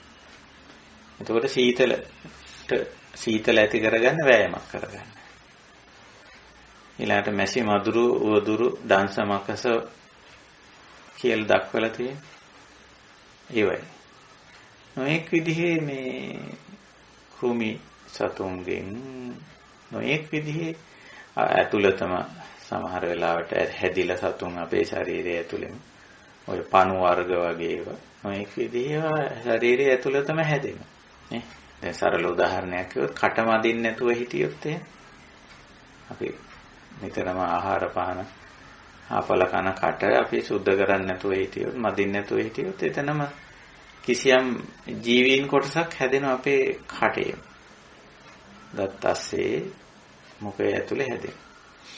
ඉතින් හැදිලා ඊට පස්සේ මොකද වෙන්නේ? ඒගොල්ලන්ගෙම අපිට බාධා වෙනවා. ඉස්සර වෙලාම ඒගොල්ලෝ නිකුත් කරන දුර්ගන්ධයෙන් අපිට තේරෙනවා එහෙමයි කියලා. තවත් ආබාධ වලට ලක් කරනවා. ඉතින් දැන් මේකට ව්‍යායාමයක් නිතැතිම්ම වගේ එනවා. නිතැතිම්ම වගේ එනවා බලපුවම. අපි ඉතින් බ්‍රෂ් එක කරන් කට හොදලා මේ කරන එක, ඒකට දත් බුරුසුවක් හදාගෙන, දන්තාලේපයක් හදාගෙන ලොකු වැඩපිළිවෙලක් අපේ තියෙනවා ඉතින්. ලොකු වායාමයක් තියෙනවා. ඉතින් ඒවා මේ කරන්න ඕනේ. නොකර කොහොමද? වෑයම් කරන්නේ නැතුව කොහොමද ජීවිතේ මේ පවත්වාගෙන යන්නේ? මම මේ තාම සරල කාරණා. ඔයිට වැඩිය මහා බරපතල විදිහේ ඔයිට වැඩිය පරිබාහිරයට ගියාම ලොකු වෑයම් තියෙනවා. ඔය කායික පැත්තෙන් දරන වෑයම. කයේ පැවැත්මට ආහාර පාන සම්පාදනය කිරීමෙන් ඊට එන උවදුරු බාධක වලින් වළක්වා ගැනීමට කරන වෑයම ඊළඟට තවත් දෙයක් තියෙනවා සබාධාමෙන් මේ රෝග හැදෙනවා ශරීරයේ. ව්‍යාධි කියලා අපි ඒකට පාලි භාෂාවෙන් කියන්නේ නොඑක් විදිහේ රෝගී තත්ත්වයන් මතුවෙන. ඒකෙන් වළක්ව ගන්නත් ඉතින් වෑයමක් තියෙනවා. වෑයම් නොකරොත් රෝගවලට ලක් වෙලා මැරිලා යනවනේ. එතනත් වෑයමක් තියෙනවා. පෞද්ගලික වෑයමක් තියෙනවා, සාමූහික වෑයමක් තියෙනවා. වායාමයක් තියෙනවා, ව්‍යායාමයක් තියෙනවා, උත්සාහයක් තියෙනවා. එහෙම තියෙනවා. ඉතින් ඒවට කොච්චර දේවල් අපි කරනවද, නිරත වෙනවද? මේක තමයි වායාම. දැන් වායාමයේ නොකර ඉන්න පුළුවන්ද? වායාමයේ නවත්තන්න පුළුවන්ද? බෑ. මේ වෑයම තියෙනවා. ඊළඟට මේ වයසට යනවා කියලා එකක් තියෙනවා. අපි ඒකට කියන්නේ ජරා ධර්මතාවය කියලා. දි รา පත් වෙනවා කියලා සිංහලෙන් කියන්නේ. දි รา පත් වෙනවා. ඉතින් හැම දෙයකම දි รา පත් වීමක් තියෙනවා. භෞතික දේවල් වල පැහැදිලිවම තියෙනවා. ඉතින් ඕක වළක්ව ගන්නත් ඉතින් සෑහෙන උත්සාහයක් දරනවා අපි. මට මේ දැන් මේ උදෑසන මම රෙකෝඩර් එකට බැටරිය දාන වෙලාවේ මට කල්පනා වුණා මේ අපේ ජීවිතේ මේ රීචාර්ජබල් බැටරි එකක් වගේ කියලා. ඒ කියන්නේ දැන් බලන්න අපි මේක කී සැරයක් charge කරනවද කියලා. දැන් charge කර ඒ කියන්නේ බැටරිය බහිනවනේ. ඒකේ තියෙන කාර්යක්ෂමතාවය, ඒකේ තියෙන බලය අපි පාවිච්චි කරන්නේ නැතත් අඩු වෙලා යනවා. අපි බැටරි එක රීචාර්ජ් කරලා තිබ්බම ඒක පාවිච්චි නොකරත් ඒකේ ශක්තිය අඩු වෙලා යන එක ධර්මතාවය ස්වභාවය. ඉතින් අපි මොකද කරන්නේ? ආයෙ සැරයක් charge කරනවා. ඉතින් මේකට ව්‍යායාම කරන්න එපා. වෑයම් කරන්න ඕනේ. එහෙම යනකොට කාලයක් යනකොට අර ඒකේ ආපහු බලය ගොඩ නැගෙන ආකාරයත් ක්‍රමයෙන් දුර්වල වෙනවා. ඒ කියන්නේ charge වෙන එක අඩු වෙගෙන යනවා. මුලදී හොඳට charge වෙලා පැය ගාණක් අපිට ඒක පාවිච්චි කරන්න පුළුවන් වෙනවා. නමුත් පස්සේ ටික කාලයක් යනකොට ඒකේ කාලයත් අඩු වෙගෙන යනවා. ඉතින් මට කල්පනා වුණා අපේ ජීවිතේ හැම දෙයක්ම මේ රීචාර්ජබල් බැටරියක් වගේ කියලා. හැබැයි අපි අතාරින්නේ නැහැ charge කරන. ඒ කියන්නේ නැවත ආරෝපණය කරන බලය ආරෝපණය කිරීමට නෙමෙයි. charge කරනවා කියලා ඉංග්‍රීසියෙන් කියන්නේ. ශක්තිය බලය අපේ ජීවිතේ බලන්න අපි කනවා බොනවා ව්‍යායාම කරනවා හුස්ම ගන්නවා හේත් ගන්නවා විටමින් ගන්නවා නොඑක් දේවල් කර අර රීචාර්ජ් කරන එක තමයි කරන්නේ. ප්‍රතිආරෝපණ ක්‍රියාවලිය කරන්නේ. ඉතින් ඕක කරන්නේ නැද්ද? ඕකට අපේ ව්‍යායාමයක් නැද්ද? වෑයමක් නැද්ද? උත්සාහයක් නැද්ද? තියෙනවා. ඔහොම කල්පනා කරලා බැලුවොත් මේ වායාමය පුදුම තරම් අපේ කය පවත්ව ගන්න. ඊටින් පස්සේ මනස පවත්ව ගන්න. අපි හැමෝම කැමති හිත මනස සතුටින් තියාගන්නනේ. තෘප්තිමත්ව තියාගන්න. සන්තෝෂෙන් තියාගන්න. සැහැල්ලුවෙන් තියාගන්න. මනසට එන පීඩාවන් වළක්ව ගන්න. ඕවට අපි වෑයම් කරන්නේ නැද්ද? වෑයම් කරන්නේ නැද්ද? කරනවා. අන්න වායාම. මේක සබාධමයට අයිති දෙයක් වායාම කියලා කියන්නේ. ඒ වෑයම් කරන්න අවශ්‍ය හේතු යෙදෙනකොටම වෑයම් කරනවා. මේක එහෙනම් සබාධමයට අයිති කියන්නේ මොකද්ද? පටිච්ච සමුප්පන්නය. මම ඒක සරල උදාහරණයක් කිව්වා. ඉතින් බඩගින්න එනකොටම වෑයම පටන් ගන්න මොකක්ද? ආහාර ගවේෂණය. හොයනවා ඉතින් කැම ටිකක් හොයන්න. සාගෙන යනවා. ඒ වගේ කය වගේම මනස තෘප්තිමත්ව තියාගන්න, සතුටින් තියාගන්න, සැහැල්ලුවෙන් තියාගන්න වායාමයක් එතන තියෙන වෑයමක් තියෙනවා. උත්සාහයක් තියෙනවා, උත්සාහ කිරීමක් තියෙනවා. ඉතින් උතනින් එහාට ගිහිල්ලා අපි අපේ කරුණාව නිසා අනිත් අයට උදව් උපකාර කරන්න, ලෝකයට සේවය කරන්න, ඒ වගේ ඊට වැඩිය එහා ගිය වෑයමක් තියෙනවා. හුදෙක් තමන්ගේ කය මනස පවත්වා ගැනීමේ ක්‍රියාවලියෙන් එහාට ගිය වෑයමක් තියෙනවා. එහෙම තියෙනවා. ඉතින් බුදුරු එහෙමනේ. බුදුරුන්ගේ ව්‍යායාමයේ අර ඇතුලෙන් එන පෙළඹවීම හරිම සරලයි. දැන් සාමාන්‍ය මිනිසෙක් ගත්තොත් අභ්‍යන්තර පෙළඹවීම හුඟක් දුරට කාමය පැත්තට තියෙන. ඒ තමන්ගේ ලෞකික අවශ්‍යතා ඉෂ්ට කරගන්න, කාමයේ භුක්ති විඳින්න, ඒකෙන් තෘප්තිමත් වෙන්න, වින්දනයේ සඳහා තියෙන පෙළඹවීමක් තියෙන අභ්‍යන්තර පෙළඹවීම.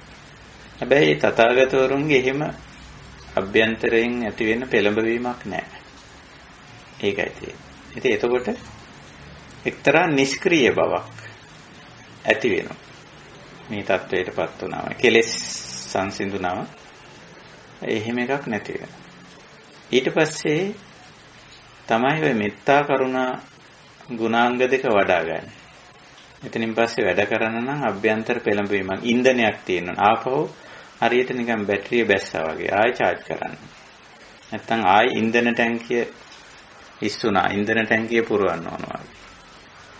ආයෙ ජවයක්, අභ්‍යන්තර පෙළඹවීමක්, යොමුවක්, වෑයමක්, ක්‍රියාකාරීත්වයක් එන්න නම් ඒකට උත්තේජකයක් තියෙනවා. ඒ උත්තේජක දෙක තමයි මෙත්තා කරුණා. කරුණාව සහ මෛත්‍රිය. බුදුරජාණන් වහන්සේ මහා කරුණා සමාපatti කියලා අපි අහලා තියෙනවා. ඉතින් ඒක උපදවා ගන්න එක ලේසි නෑ. අර ලෞකික දේට තිබුණු උනන්දුව ගෙවිලා ගියයින් පස්සේ, හිඳිලා ගියයින් පස්සේ, බැහැර වුණයින් පස්සේ මේ ලෝකයේ ලෞකික කිසිම දෙයකට අභ්‍යන්තරයෙන් පෙළඹවීමක් එන්නේ නැහැ. එතකොට තවදුරටත් තමන්ගේ කය මනස පවත්වන්න, නැත්නම් ලෝකයට යමක් කරන්න යම් පෙළඹවීමක් අවශ්‍යයි. ඒක තමයි මෙත්තා කරුණා දෙක.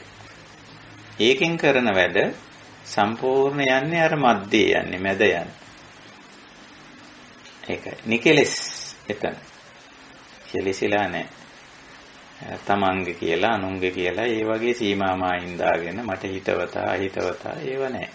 බලනවා ඉතින්. වටපිටාව විමසලා බලපුවම පේනවා මෙතන කරන්න වැඩක් තියෙනවා කියලා. කරන්න වැඩක් තියෙනවා. ඉතින් ඒකේ ඵලදායීතාවයේ හරියටම සලකලා නිෂ්ඵලභාවයේ වළක්වලා හරියට මේ වැඩේ කරනවා නිෂ්ඵල නොවන විදිහට, ඵලදායී නොවන විදිහට නිකලෙස්ව කරනවා. ඉතින් එතකොට අන්න මැද ඉන්නේ තථාගතවරු. කය මෙහෙवला වැඩක් කරත්, වචනයෙන් ක්‍රියාකාරකමක යෙදුණා. දැන් බුදුවරු බලන්න, බුදුරජාණන් වහන්සේ ওই අවුරුදු 45 කොච්චර කය මෙහෙवला වැඩ කරලා තියෙනවා. එතකොට නිවන් දැක්ක කියන්නේ මේ අතපය අකුලගෙන ඉන්න එකක්, කයින් මොකක්වත්ම කරන්නේ නැති එකක් කියලා කිව්වොත් එහෙම. එතකොට ඔය බුදුරජාණන් වහන්සේ අවුරුදු 45ක් තිස්සේ කරේ මොකද්ද? අවුරුදු 45 තිස්සේ කතා නොකර හිටියද? එතකොට නිවන් දැකපුවයි කියන්නේ කතා නොකර ඉන්න අයද? නෑ. හරියට මැද්දේ මජ්ක්‍ධිමා පටිපදාව ඇතුලේ වාචා තිබුණේ. උන්වහන්සේ කරපු ප්‍රකාශන එකක්වත් හිස් ප්‍රකාශන නෙමෙයි. අර බොරු කේලම් පරුස වචන හිස් වචන වලට අයිති වෙන්නේ නැහැ ප්‍රකාශන. එහෙම නැති දැන උන්වහන්සේ නිශ්ශබ්ද වෙලත් හිටව තැන් තියෙනවා. ඒකට අයිතියක් තියෙනවා අපිට. ආර්ය මාර්ගයේදී නිශ්ශබ්ද වෙන්න අයිතිය තියෙනවා. නිෂ්ක්‍රීය වෙන්න අයිතිය තියෙනවා. ඒ වගේම මනස ශූන්‍ය කරගෙන ඉන්නත් අයිතිය තියෙනවා. ඒ කියන්නේ යමක් හිතන්නේ නැහැ. හිතන්නේ නැතුව ඉන්න ඕලුවන් අපිට. නමුත් නොහිත ඉන්න බෑ. ඒක නිසයි සිතීමේ ක්‍රියාවලිය මැදට ගේන්නේ. නිකලස් තැනට, නිදුක් තැනට ගේන්නේ. හැබැයි නොහිත ඉන්න පුළුවන්. නොහිත ඉන්නවා කියන එකෙන් අදහස් කරන්නේ මේ මනස කිසියම් සුවිශේෂ කාර්යයක නොයොදා ඉන්න අපිට පුළුවන්. අනිත් අය ගැන හිතන්නේ නැතුව, ලෝක ගැන හිතන්නේ නැතුව, අනාගතය ගැන හිතන්නේ නැතුව මොකොත් නැතුව ඉන්න පුළුවන්. ඉතින් එහෙම හිටියයි කියලා කාටවත් ඒ ප්‍රශ්නයක් නැහැ.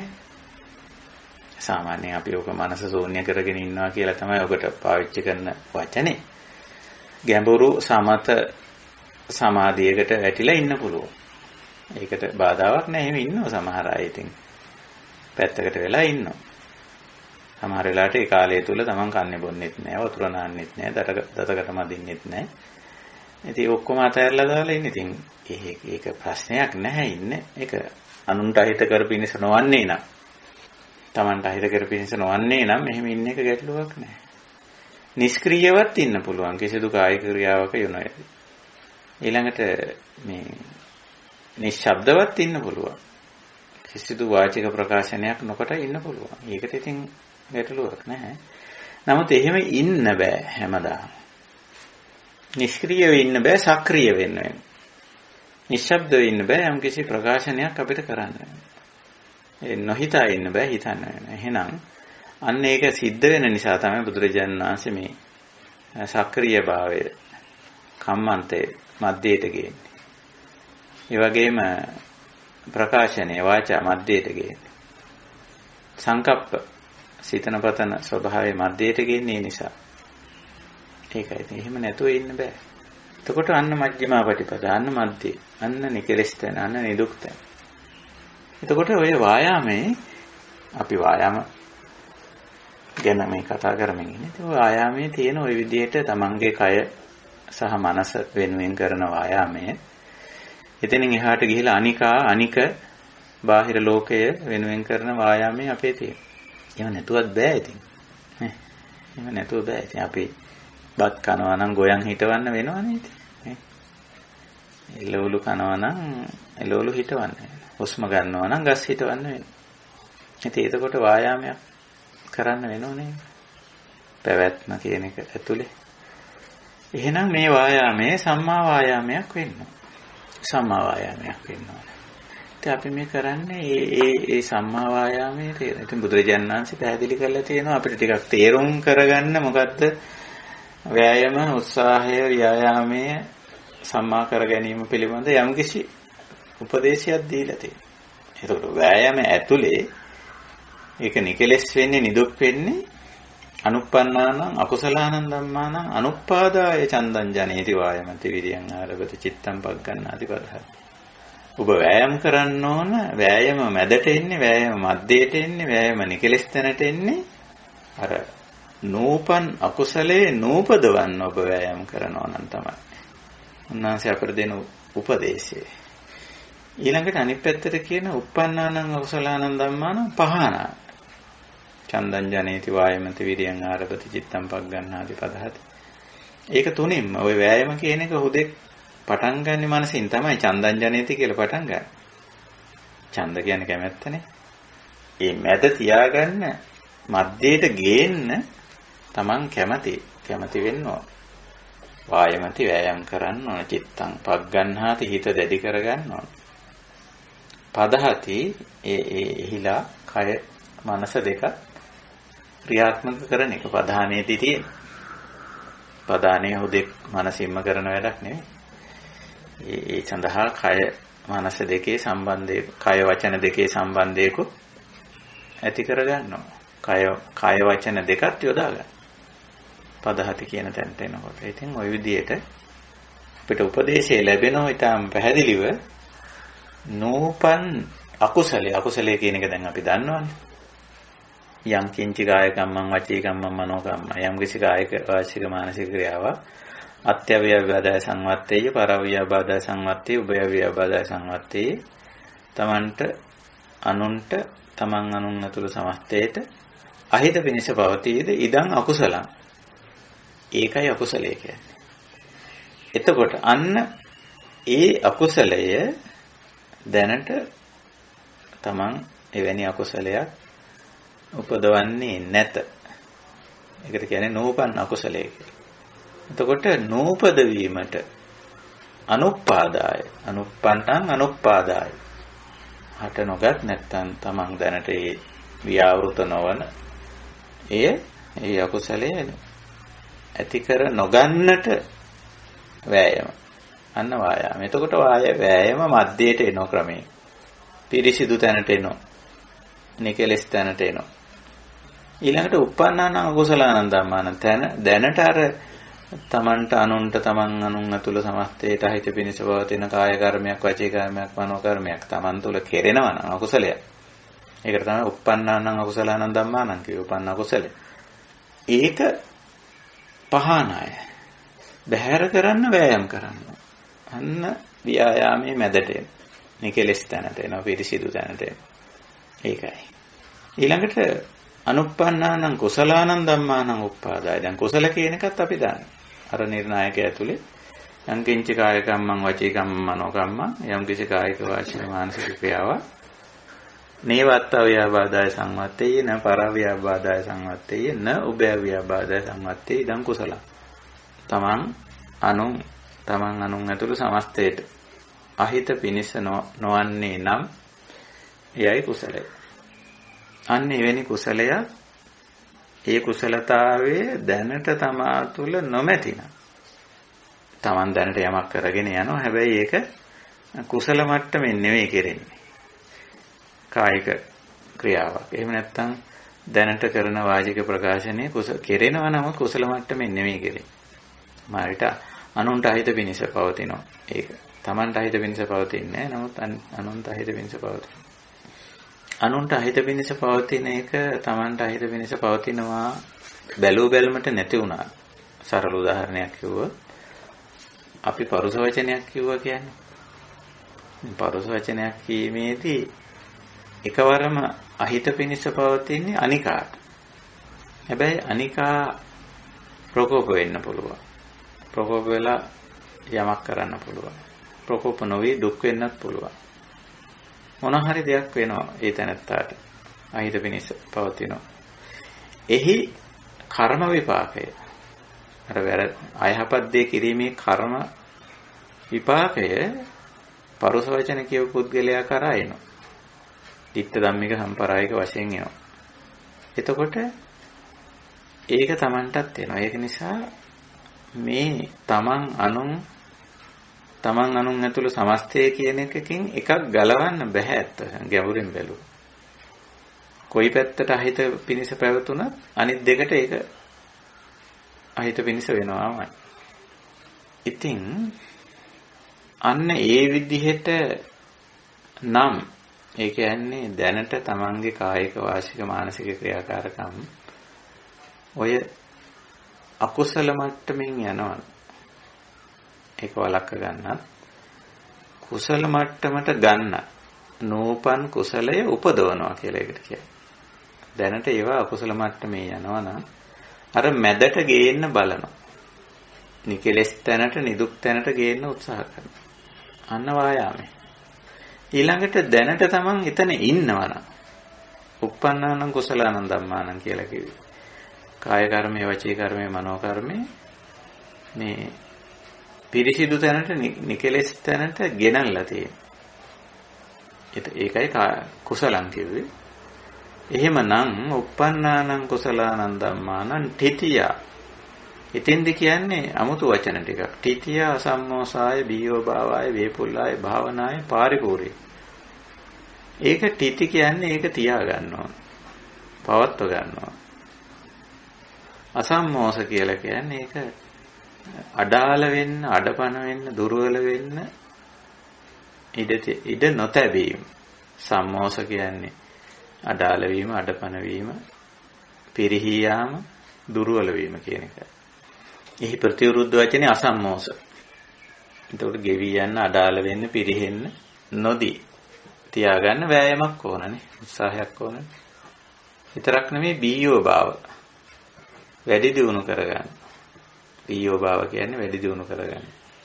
වේපුල්ල කියන්නේ තවත් අයට මේක පතුරවන්න, විපුල කරන්න, මහත් කරනවා කියලා කියන්නේ. බීයෝ භාව කියන්නේ තමා තුළ මේක වැඩි දියුණු කිරීම. වේපුල්ල කියන්නේ මේක එක්තරා ප්‍රමාණයකට සමාජගත කිරීම කියන එකයි. අන්න ඒ විපුල කරන්න ඕන නිසා තමයි සංඝ සමාජයක් බුදුරජාණන් වහන්සේ නිර්මාණය කරේ. නැත්නම් උන්වහන්සේට පෞද්ගලිකව පැත්තකට වෙලා නිකන් නැති වුණා. බුද්ධත්වයටපත් වෙලා නිකලෙස් වෙලා. නමුත් මේක විපුල කරන්න ඕන. මේ නිවීම, මේ නිවන, මේ සැනසීම අනිත් අයටත් ලබා දෙන්න ඕනේ කියලා මහා කරුණාව ආවේ එහෙමනේ.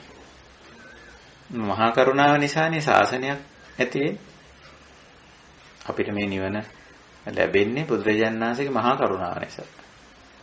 උන්වහන්සේ අර සියලු ඉන්ධන හිඳිලා ගියා. කෙලෙස් පැත්තට තිබුණු උනන්දුව ඔක්කොම ගෙවිලා ගියා. ඉතින් ඒක ගෙවිලා ගියාම කිසිම දෙයකට උනන්දුවක් නැහැ. හැබැයි උන්වහන්සේ ආපහු මහා කරුණාව උපදවාගෙන මං වගේම අනිත්‍ය දුකටපත් වෙලා ඉන්නේ මේගොල්ලෝ මේකෙන් ගලව ගන්න ඕන මේකට මග කියන්න ඕන උනන්දු කරවන්න ඕන උත්සාහ කරවන්න ඕන තෙද ගන්නන්න ඕන බල ගන්නන්න ඕන කියන කාරුණික මිත්‍රශීලී අදහස ඇති වුණා උන්වහන්සේ. ඇති කරගත්තා. හිතලා කල්පනා කරලා. ඒක නිසා මෙත්තා කරුණා දෙක ඉබේ ඇති වෙන්නේ නැහැ. ආතන් වාසය කෙනෙකුට උනත් ඒක රහත් වෙනකොටම ඔක්කොම ඉන්ධන හිඳිලා යනවා. උත්තේජක ඔක්කොම නැති වෙලා යනවා. ආපහු වැඩ කරන්න පටන් ගන්න නම් මේ මෙත්තා කරුණා දෙක උපදවා ගන්න. ඒකට කියන්නේ සමාපත්තිය කියලා. ඒකයි මහා කරුණා සමාපatti කියන්නේ. සමාපatti කියන්නේ මනාකොට පැමිණීම කියන එක. හිතින් එතෙන්ට එනවා කියන එකයි. හිතලා කල්පනා කරලා හොඳට නුවණ ඥානය මෙහෙම වපුවාම තේරෙනවා. අනේ තවත් ඉන්නවානේ මේ දුක්ඛ දෝමනස්යන්ට වැටිච්ච අය. අඥානකමේ ඉන්න අය තවත් ඉන්නවානේ. ඉතින් මට පුළුවන් මේගොල්ලන්ගේ අඥානකම ටිකක් අඩු කරන්න. මේගොල්ලන්ගේ දුක්ඛ දෝමනස් වලට මට පිට වෙන්න පුළුවන්. අන්න සමාපatti වුණා. මහා කරුණාවට පැමිණියා. ඉතින් පැමිණිලා තමයි අන්න නැගිටලා කකුල් දෙකට පන අරගෙන යන්නේ. ඒකයි ඔය කිව්වේ මහා සමා කරුණාපත්තිතෝ උට්ඨහිත්වා. ඒකෙන් නැගිටිනවා කියලා කියන්නේ මහා කරුණාව අතහැරලා දානවා කියන එක නෙමෙයි. මහා කරුණාවට පැමිණිලා තමයි නැගිටලා මේ ගඳ කෙලියෙන් එළියට බහැලා පාත්‍රය අරගෙන අද දවස මං කාට හරි කොච්චරනම් ඉන්නවද පිට වෙන්න ඕන. එක්ක බුදුහාමුදුරන්ට වාර්තා වෙනවා. කවුරු හරි ඇවිල්ලා කියනවා දාමීනි මෙන්න මෙහෙම ප්‍රශ්නයක් අහවල් ප්‍රදේශයේ කියලා. ඉතින් උන්වහන්සේ මහා කරුණාවට එනවා හිතෙන්. හිතලා කල්පනා කරලා. ඉතින් යනවා. මම ඉන්දර නැතුව යන්නේ නැහැ. ඒකයි තියෙන්නේ. ඉතින් ওই විදිහට වේපුල්ල විපුල කරා අර තමන් වහන්සේ අවබෝධ කරගත්තේ ගැඹුරු ධහම මහත් බවට පත් කරා විපුල බවට පත් කරා ශාසනයක් හැදුවා.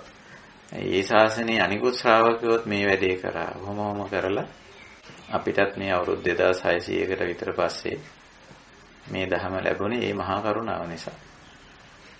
ඒකයි. ඉතින් වටිනා දේවල් සමාජගත කරන්න ඕනේ. හරවත් දේවල්, යහපත් දේවල්, නිවැරදි දේවල්. එතකොට අනිකාටත් ඒක ලැබෙනවා. කොයි දෙයකක් තියෙන උපයෝගිතා වටිනාකම. වතුර බිඳුවක පවා තියෙනවා. ඒක රකින්න ඕනේ. ඒක අනිකාගේ ප්‍රයෝජනීය සඳහා යොදන්න ඕනේ. බුදුරජාණන් වහන්සේ අවබෝධ කරගත්ත ධර්මයේ වටිනාකම ඊට වඩා මහා පුළුල් මහා විශාලයි. උන්වහන්සේ ඒක සමාජගත කෙරුවා. ඒක නිසා වේපුල්ල වුණා, විපුල වුණා, මහත් බවට පත් වුණා. ඒකයි. මොකද්ද විපුල කරේ, මහත් කරේ? කුසලං. uppannānaṁ කුසලානං ධම්මානං. හටගත් කුසල ධර්මයේ, ඇති කරගත්ත කුසල ධර්මයේ, වඩාගත් කුසල ධර්මයේ වේපුල්ල කෙරුවා. බීයෝ භාව කරා, වේපුල්ල කරා. භාවනා පුරුදු වුණු කරන්න. පරිපූර්ණා පරිපූර්ණ කරන්න. හැම දෙයක්ම පිරිපුන් කරන්න. අඩුපාඩුවක් නැතුව කරන්න. චන්දං ජනේති වායමති විරියං ආරභති චිත්තං පග්ගණ්ණාති පදහති. ඔය විදියට. ඉතින් බලන්න අපේ ජීවිතේ නිවන උත්සාහය ඇතුලේ උත්සාහය නතර වෙලා නැහැ. වායාමයේ තියෙන. හැබැයි වායාමයේ මැදට ගෙනල්ලා තියෙනවා. නිකලස් තැනට ගෙනල්ලා තියෙනවා. පිරිසිදු තැනට ගෙනල්ලා තියෙනවා. දැන් වෑයම තියෙනවා. මොනවටද වෑයම් කරන්නේ? මෙන්න මේවට. මේවට වෑයම් කරන්නේ. අකුසල පැත්තෙන් ගත්තොත් නූපන්න අකුසලයේ නූපදවන්නත් උපන්න අකුසලයේ ගෙවා දමන. ඉතින් එතකොට මේක පිරිසිදුයිනේ. ඊළඟට කුසලයේ පැත්තෙන් ගත්තොත් නූපන් කුසලයේ උපදවන්නත් උපන් කුසලයේ වැඩි දියුණු කරන්න, මහත් කරන්න, විපුල කරන්න, බෙදා හදා ගන්න. වෑයම. එහෙනම් අන්න වෑයමක් තියෙනවා, වායාමයක් තියෙනවා. ඒ වෑයම Tamanට හිත පිනිස, අනුන්ට හිත පිනිස, ලෝකයට හිත පිනිස තියෙන වෑයමක්. එහෙමයි. වායාම. අන්න ඒ විදිහට අපි ඒක තේරුම් ගන්න, අවබෝධ කරගන්න. ඉතින් දැන් අපි මේ ධම්මචක්ක පවත්තන දේශනාව බුදුරජාණන් වහන්සේගේ පළමු දේශනාව හැටියට, විද්ධිමත් පළමු දේශනාව හැටියට පිළිගන්නේ බෞද්ධ ලෝකයා ධම්මචක්ක පවත්තන දේශනාව. ඒක තමයි අපි මේ මාතෘකාව හැටියට තියාගෙන මේ සාකච්ඡාව කරගෙන යන්නේ. ඉතින් අපි උත්සාහ කරන්නේ මැද තැන අල්ලගන්න. මැද නම් බුදුහාමුදුරන්ට අල්ලලා දෙන්න බෑ. අපි අල්ලගන්න ඕන. හැබැයි උන්වහන්සේ මග කියලා තියෙන, මැද අල්ලගන්න මග කියලා තියෙන. ඒ මග තමයි දැන් අපි මේ එලි කරගන්නේ, එලිපෙහෙලි කරගන්නේ. ක්‍රමවේදය කියලා අපිට කියන්න පුළුවන්. පටිපදා කියලා පාලියෙන් කියන්නේ ඒකට. මග්ගෝ කියනවා. පටිපදා කියනවා. මේ මග්ග මාර්ගයේ පටිපදා ක්‍රමවේදයේ උන්වහන්සේ දේශනා කරලා තියෙනවා, පැහැදිලි කරලා තියෙනවා. ඉතින් අපිට මේක අල්ලගන්න පුළුවන් හැම එකේම. දිට්ඨිය මැද අල්ල ගන්න ඕන. සම්මා කියන්නේ අන්න මැද අල්ලගත්ත ගමන් ඒක හඳුන්වන්නේ සම්මා දිට්ඨිය කියලා. මැද අල්ලගත්තේ නැත්තම් නිෂ්ඵලාන්තයට හෝ කෙලෙසුණු අන්තයට ගියා නම් ඒකට අපි කියන්නේ මිච්ඡා දිට්ඨිය කියලා. සංකප්ප මැද අල්ල ගන්න ඕන. මැද අල්ලගත්ත ගමන් එතෙන්ට කියන්නේ සම්මා සංකප්ප කියලා. එහෙම නැත්තම් සංකල්ප වල තියෙන අර නිෂ්ඵල සංකල්ප, වැඩකට නැති සංකල්පන, අදහස් උදහස්, මති මතාන්තර. අනිත් පැත්තෙන් තියෙන කෙලෙසිච්ච ඒවා, කෙලෙසිච්ච අදහස් උදහස්. ඒ දෙකෙන්ම අයින් වෙලා නිකෙලස් මති මතාන්තර අදහස් සංකල්පන සංකප්ප ඇති කරගෙන අන්ත දෙකෙන් බැහැර වෙලා උභවන්තේ අනුපගම්. වාචායෙත් එහෙම වචන කතා කරනවා. එක පැත්තකින් නිෂ්ඵල කතා තියෙන, අනිත් පැත්තෙන් කෙලෙසුණු කතා තියෙන. දෙකෙන්ම බැහැර වෙනවා. උභවන්තේ අනුපගම්. අන්න එතකොටම සම්මා වෙනෝ වාචා. සම්මා වාචා. කම්මන්ත ඒත් එහෙමයි. කය මෙහෙवला කරන වැඩවල තියෙනවා නිෂ්ඵල වැඩ. කොච්චර මිනිස්සු නිෂ්ඵල වැඩ කරනවද බලන්න. අනිත් පැත්තෙන් තියෙන කෙලෙසුණු, කය මෙහෙवला කියන කෙලෙසුණු වැඩ. අපිරිසිදු, අයහපත්. දෙකෙන්ම අයින් වෙන. එතකොටම කම්මන්තේ සම්මා වෙනවා. අන්න මැදට ආවේ. ආජීවේ ඒත් එහෙමයි නිෂ්ඵල පැත්තක් තියෙනවා. හරියට වෙහෙසෙනවා. උදේ ඉඳන් රැ වෙනකන් දඟලනවා. ජීවිතේ පවත්වා ගන්න කිසි වැඩක් නැහැ. කිසි ප්‍රයෝජනයක් නැහැ. අඥාන විදියට, අමනෝඥ විදියට කියනවා. ඉතින් ඉවරයක් නැහැ. මෙහෙමයි කියලා. හරිම මෝඩ විදියට ඒවා යන්නේ. ජීවනෝපාය යන්නේ. හම්බ කරන සමහරලාට නිකරුණේ නාස්ති කරනවා. ඉතින් හැමදාම අර නිෂ්ඵල ජීවන ක්‍රමයක් යන්නේ. අනිත් පැත්තෙන් සමහරුන්ගේ යනවා මිල මුදල් තියෙනවා, හරි හම්බ කරගෙන ඉඳලා හැබැයි සම්පූර්ණ අපිරිසිදුයි. ඕරමරකම් කරලා, වංචා දූෂණ කරලා, අනුන් රවට්ටලා, මංකොල්ල කාලා, බලය අයථාලෙස පාවිච්චි කරලා, දැනුම කපට විදියට යොදලා අන්න ආජීවය කරනවා. එතකොට දූෂිතාන්තේ, අපිරිසිදුවන්තේ, අන්ත දෙකෙන් උභවන්තේ අනුපගම්ම. මේ දෙකට යන්නේ නැතුව ඒ දෙකෙන් ඉවත් වෙලා සම්මා ආජීවයට. එහෙමයි. ඉතින් අන්තිමට අපි කතා කළ වායාමයේ ඒත් එහෙමයි. වෑයම. සමහරුන්ගේ ජීවිතේ නිෂ්ඵල වෑයම් තියෙනවා. උත්සාහ කරන කිසි වැඩක් නැහැ. වැඩ කර නැති දේවල් වලට උත්සාහ කරන ප්‍රයෝජනයක් නැහැ. එහෙම නෙමෙයි. හරියට කල්පනා කරලා බලලා හිතලා මතලා කල්පනා කරලා වෑයම් කරන්න ඕන. යහපත් දෙයට.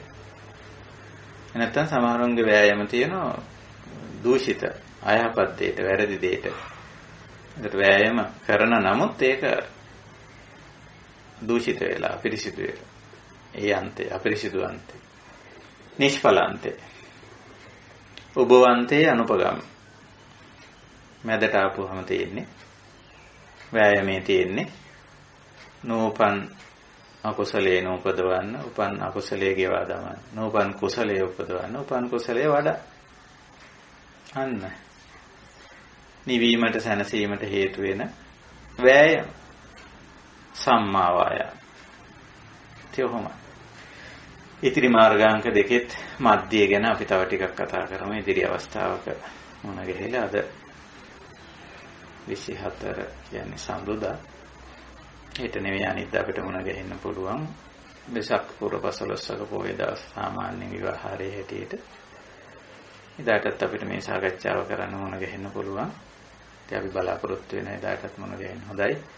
සූත්‍රය මජ්ක්‍ධිමා පටිපදාව පිළිබඳ සාකච්ඡාව මම සූත්‍ර සාකච්ඡාවකින් නිමා කළා. අපි හැමදාම මේ අපේ ධම්සභාවේ ඉන්න ධම්ම මණ්ඩපේ ඉන්න කල්යාණ මිත්‍රයන්ට ඉඩ අවකාශ සලසනවා තම තමන්ගේ ධර්ම මාර්ගයේ අත්දැකීම් බෙදා හදා ගන්න. තමන්ගේ අවබෝධය බෙදා හදා ගන්න කල්යාණ මිත්‍රත්වයේ. ඒ වගේම ගැටලු ප්‍රශ්න මොන හරි තියෙනවා නම් ඉදිරිපත් කරන්න අපි අවස්ථාවක් ගන්නවා. හොඳයි එහෙනම් මෙතෙන් සිට අපි ඒ අවස්ථාව ගමු. ස්වාමීන් වහන්සේ ඔව්. අපි දැක්ක ස්වාමීන් වහන්සේගේ පින්තූර දාලා තිබුණා ස්වාමීන් වහන්සේ ස්කයිප් එකේ අපි බොහොම සන්තෝෂ වුණා. විශාල පිනක් මේ භයානක ව්‍යාසන තිබිද්දී ඔබ වහන්සේ නිර්භීතව ගිහිල්ලා මේ බඩු බාහිර අසරණ අනාථයන්ට පරිත්‍යාග කරා ස්වාමීන් වහන්සේ. බොහොම පිනක් නිවන් සුවයෙන් සැලසේවා ස්වාමීන් වහන්සේ. තෙරුවන් සරණයි. තෙරුවන් සරණයි. මේ අපේ ජීවිතේ අපි යම් ප්‍රමාණයකට නිවිල සැනසීලා ඉන්න අයනේ. ඉතින් අපිට තියෙනවා මේ ඇත්තටම යමක් කරන්න හැමෝම මම හිතන්නේ ඒකට උනන්දු වුණා උත්සාහවන්ත වුණා. මේ අපි අර සම්මා වායාමයේ නැත්තම් අපි කෙලෙසුණු අන්තයට යන්නෙත් නැතුව නිෂ්ඵල අන්තයට යන්නෙත් නැතුව අපිට ඕනෑම දෙයක් කරන්න පුළුවන් කියලා මම හිතන්නේ. එතන තමයි නිවන. එතන තමයි සැනසීම තියෙන්නේ නේ. එහෙමයි ස්වාමීන් වහන්සේ.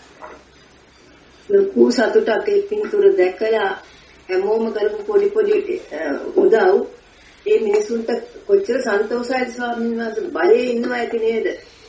ඔය අමාරක් ඇත්ත හිතනවා හුඟක් සල්ලි ලංකාවට යනවායි කියලා. ලංකාව අන්තිමට වැටිලා සල්ලි නැහැ මිනිස්සු බඩගින්නේ ඉන්නවා ආමතේ. ඔව් ඇත්තටම මේ වහන්න වෙනවා එක පැත්තකින්. වැහුවම අර හුඟක්ම මේ දිනදා දවසේ යම්කිසි ආදායමකින් ජීවත් වෙන විශාල පිරිසක් ඉන්නවා. ඒගොල්ලෝ අන්තාසරණ වෙනවා. ඒ වහපුවාම ඒගොල්ලන්ගේ දවසේ ජීවනෝපාය එදා එළියට බහැලා එදා හම්බ කරගෙන එදා ජීවත් වෙන ආර්ථික මට්ටමේ ජනතාවක් ඉන්නවා. මාසික වැටුප් ගන්න අයට එහෙම ඒ ප්‍රශ්නේ දැනෙන්නේ නැහැ වැඩි. නමුත් එහෙම පිරිසක් ඉන්නවා. ඉතින් ඒගොල්ලන්ට ගොඩක් අමාරු වෙනවා. ඉතින් අපි බලන්න ඕන ඇත්තටම පුළුවන් විදිහට දැන් වහලා තියෙන කාලේ එහෙම අසරණ වෙන අය ඉන්නවා. ඉතින් අපි පුළුවන් විදිහට ඒක කරන්න ඕන. හැමෝගෙම ජීවිත ලෙඩ රෝග වලින් බේර ගන්නත් පුළුවන්. අර වගේ උදව් උපකාර කරන්නත් පුළුවන්. ඉතින් කරනවා ඇත්තටම අපේ රටේ අය හුඟක් ඔබ දකින්නේ සමහර ජනමාධ්‍ය වලින් කරනවා. එහෙම අපේ රටේ හුඟක් අය කරුණාවන්තයි මේ එහෙම වගේ වෙලාවල් වල කැපවීමෙන් කරනවා. ඉතින් අපි දැන් මේ දවස්වල කියලා තියෙනෙත් වෙනද ඉතින් වෙසක් කාලෙට ඔය දන්සල් දෙනවා නොඑක් දේවල් කරනවානේ. සැරසිලි මම හිතන්නේ ඒවට අපිට යම්කිසි බුදුරජාණන් වහන්සේ සිහි ගන්නගෙන අපි කරන්නා වූ ආමිෂ කටයුත්තක් තියෙනවා නම් ඒක දැන් අපිට පරිවර්තනය කරන්න පුළුවන්. මේ වෙලාවේ කළ යුතු දේ පැහැදිලිවම මේ දහමට අනුව බැලුවොත් ඒකනේ. ඒකට පරිවර්තනය කරන්න අපිට පුළුවන්. හුඟක් අයට ඒක මේ මතක් කරලා තියෙනවා මේ දවස්වල. ඉතින් සමහරව ගෙවල් වල ඉඳගෙන හරි යම් සැරසිලි ඒ වගේ දේවල් කරන්න උත්සාහ දරනවා. නමුත් අපි ඒක අපිට පරිවර්තනය කරන්න පුළුවන්. මේ සමස්ත අභියෝගය දශමයකින් හරි අඩු කරන්න අපිට ඒක යොදන්න පුළුවන්. එතකොට ඒක ඵලදායී යෙදීමක් වෙනවනේ. සම්මා වායාමයක් වෙනවනේ. ඒකයි. අපි දැක්ක ස්වාමීන් වහන්සේ වවපු එළවලු ටික විකුණ ගන්න බැරි වෙලා කුණු වෙලා යනවා වත්තක්ක මහ යායක්. ඔව් ඇත්ත වශයෙන්මයි. ඉහෙල් ගෙඩි. හරිම දුක් වෙනවා දැක්කහම මාකට් එකේ. ඔව්. ඒ ගොවියන්ට වෙනදදී ඒගොල්ලෝනේ දැන් ගොවියෝ සහ වෙලින්දෝනේ මේ අපේ ආහාර දාමය මේ චක්‍රය ආහාර චක්‍රය ඒගොල්ලෝ ගෙනියන්නේ. ගොවියා නිෂ්පාදකයා. ඉතින් වෙලින්දෝ මේවා නිලදී අරගෙන තොග වශයෙන් සිල්ලර වශයෙන් බෙදා හැරීම. ඉතින් මේ චක්‍රය පවා බිඳ වැටිලා ඉතින් ඒගොල්ලොත් අසරණ වෙනවා. එහෙම දේවල් තියෙනවා මේ ක්‍රියාදාමයේ ඇතුලේ. නමුත් මං හිතන්නේ මේ අපේ හමුදාව තමයි ඇත්තටම මේ දැනට උනත් සෞඛ්‍ය අංශයි හමුදාවයි තමයි සෑහෙන වැඩ කොටසක් කරන්නේ. ඒක අපි දන්නවා ඇත්ත වශයෙන් මේක සමහර වෙලාවට ඒ තරම් එළියට එන්නේ නැහැ මේකේ මේ අභියෝගාත්මක වැඩ ටික කවුද කරන්නේ කියලා. ඉතින් ඒගොල්ලෝ මේ කෙලින්ම ඒගොල්ලන්ගේ ජීවිත අනතුරටපත් වෙලා දැන් හුඟක් අය මේ සෞඛ්‍ය අංශවලට ඇතැම් වෙලාවලට දොස් කියන මේ PCR report පරක්කු වෙනවා අරවයි මේවයි කියලා. නමුත් ඇත්තටම ලැබ් වල ඉන්න අය දැන් දොස්තර මහත්තයා ඒක කරන්නේ නැහැනේ. ලැබ් එකේ කාර්යය නර්ස් කෙනෙක්වත් කවුරුවත් කරන්නේ නැහැ. ලැබ් එකේ කටයුත්ත ඒ තාක්ෂණ වේදිකම කරනවා. ඉතින් ඒගොල්ලන්ට කොවිඩ් හැදිලා ඒගොල්ලන්ගේ කැපැසිටිය බහිනවා. ඊළඟට 24 පැයට වැඩි පැය 48කට වැඩි එක දිගට මිනිස්සෙක් වැඩ කරොත් එයාගේ කොහොමදත් ධාරිතාව අඩු වෙනවා. ඉතින් ඊට පස්සේ ලෙඩ වෙන්න පුළුවන්. ඒ වගේ ප්‍රායෝගික හේතු තියෙනවා. ඉතින් ඒ පැත්තත් බැලුවම සෞඛ්‍ය අංශයේ ආරක්ෂක සේවා තමයි බරපතල විදිහේ රාජකාරී කරන්නේ මේ මහජන සෞඛ්‍ය පරීක්ෂකවරු. ඒ වගේ මේ ඒගොල්ලන්ගේ ජීවිත අනතුරේ දාගෙන මේගොල්ලෝ මේ වැඩේ කරනවා ඇත්තටම. ඉතින් එහෙම පිරිසක් නිසා තමයි මේ විදිහටවත් මේක යන්නේ. ඉතින් එහෙමයි සෝන්හන්සේ ආමියගේ ඇත්තොන් ඒගොල්ලන්ගේ ඇඳවල දීලා ඒගොල්ලෝ බිම නිදාගන්නේ. අර දාපු ඇඳවල ඒගොල්ලන්ගේ ඇඳවල පූජා කරලා ඇදලා. ඔව් ඒගොල්ලන්ට තියෙනවනේ අර අකුලන පොඩි කුෂන් එකක්.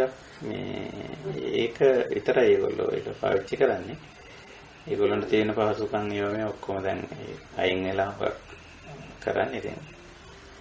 ඒක තමයි ඇත්තටම අර කරුණාවන්තකම කැපවීම. ඉතින් රාජකාරියෙන් එහාට ගිහිල්ලා වැඩ කරන පිරිසක් වෙලා තියෙන්නේ ওই අංශ තුනේ අය. සෞඛ්‍ය සේවාංශය ආරක්ෂක සේවය අයයි උඟක් රාජකාරියෙන් එහාට ගිහිල්ලා වැඩ කරනවා. ඉතින් අපිටත් යුතුයකමක් තියෙන අපි හැමෝටම මම හිතන්නේ සියලු පුරවැසියන්ට ඒකට උපරිම සහයෝගය ලබා දෙන එක.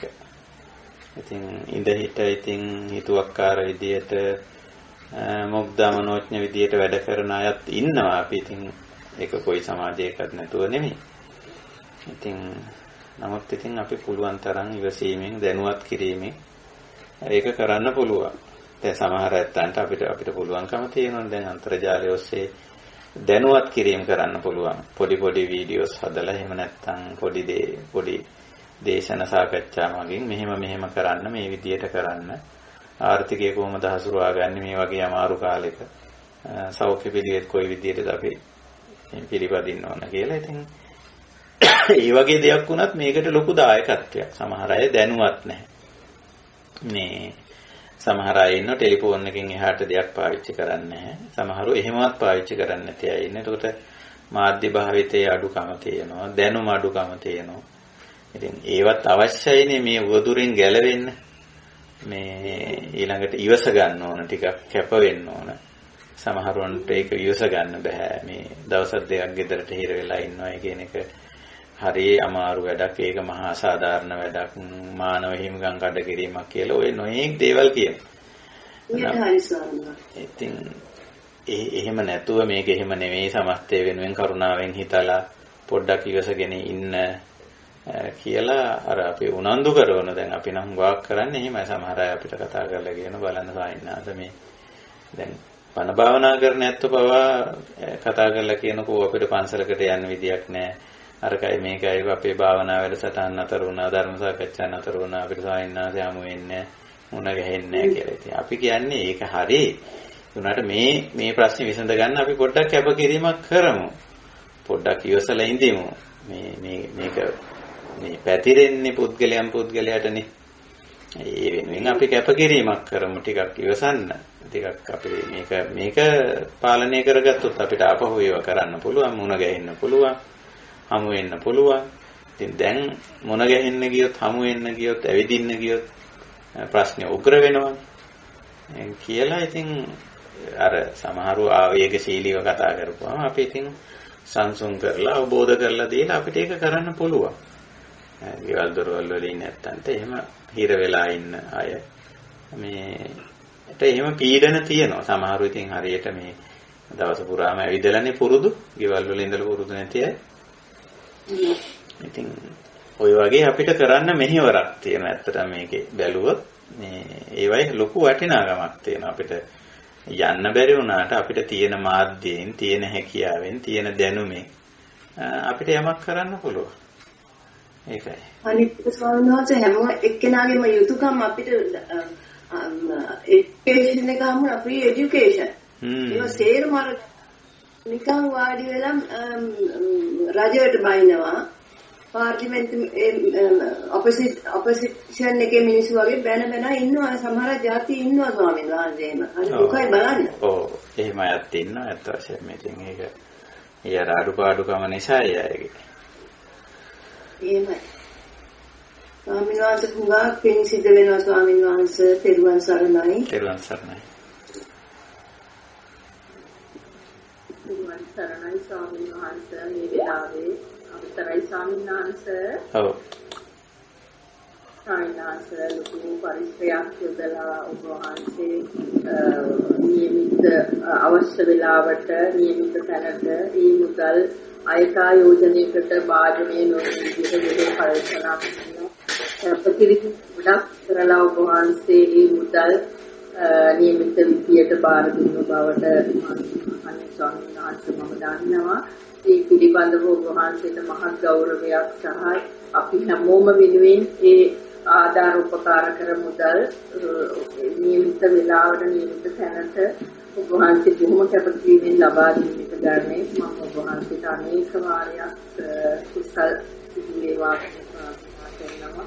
ඒ සම්පන්න දුරුවිරෝධියක් නිවන් සුවයත්ගේ කියලා ගෞරවයෙන් ප්‍රාර්ථනා කරනවා ස්වාමීන් වහන්සේ. තෙරුවන් සරණයි. ඉතින් ඔය ඕනම වැඩක් මැද කරන්න පුළුවන්. මධ්‍යයට ගෙනල්ලා කරන්න පුළුවන් ඔය මජ්ක්‍ධිමා පටිපදාව ඇතුලේ. ඉතින් අපි ඒක කරන්න පුළුවන්. පිරිසිදුව, නිවැරදිව, අර නිකලෙස්ව. එතකොට ඒ ක්‍රියාව ඇතුලේ නිදුක් ක්‍රියාවක් වෙනවා. එතකොට මජ්ජේ වෙනවා.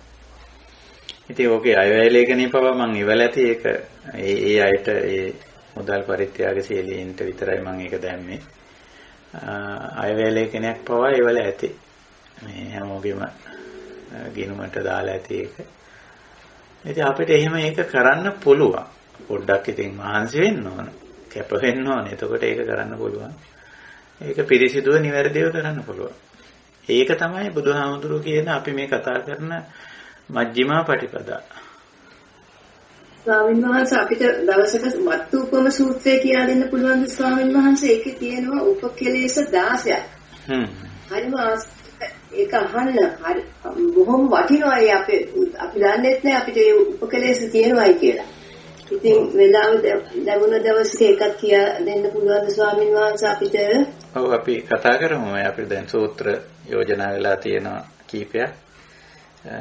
ඊළඟට මේ අර ආටානාටිය සූත්‍රය තමයි අපි කතා කරන්න හිතාගෙන ඉන්නේ.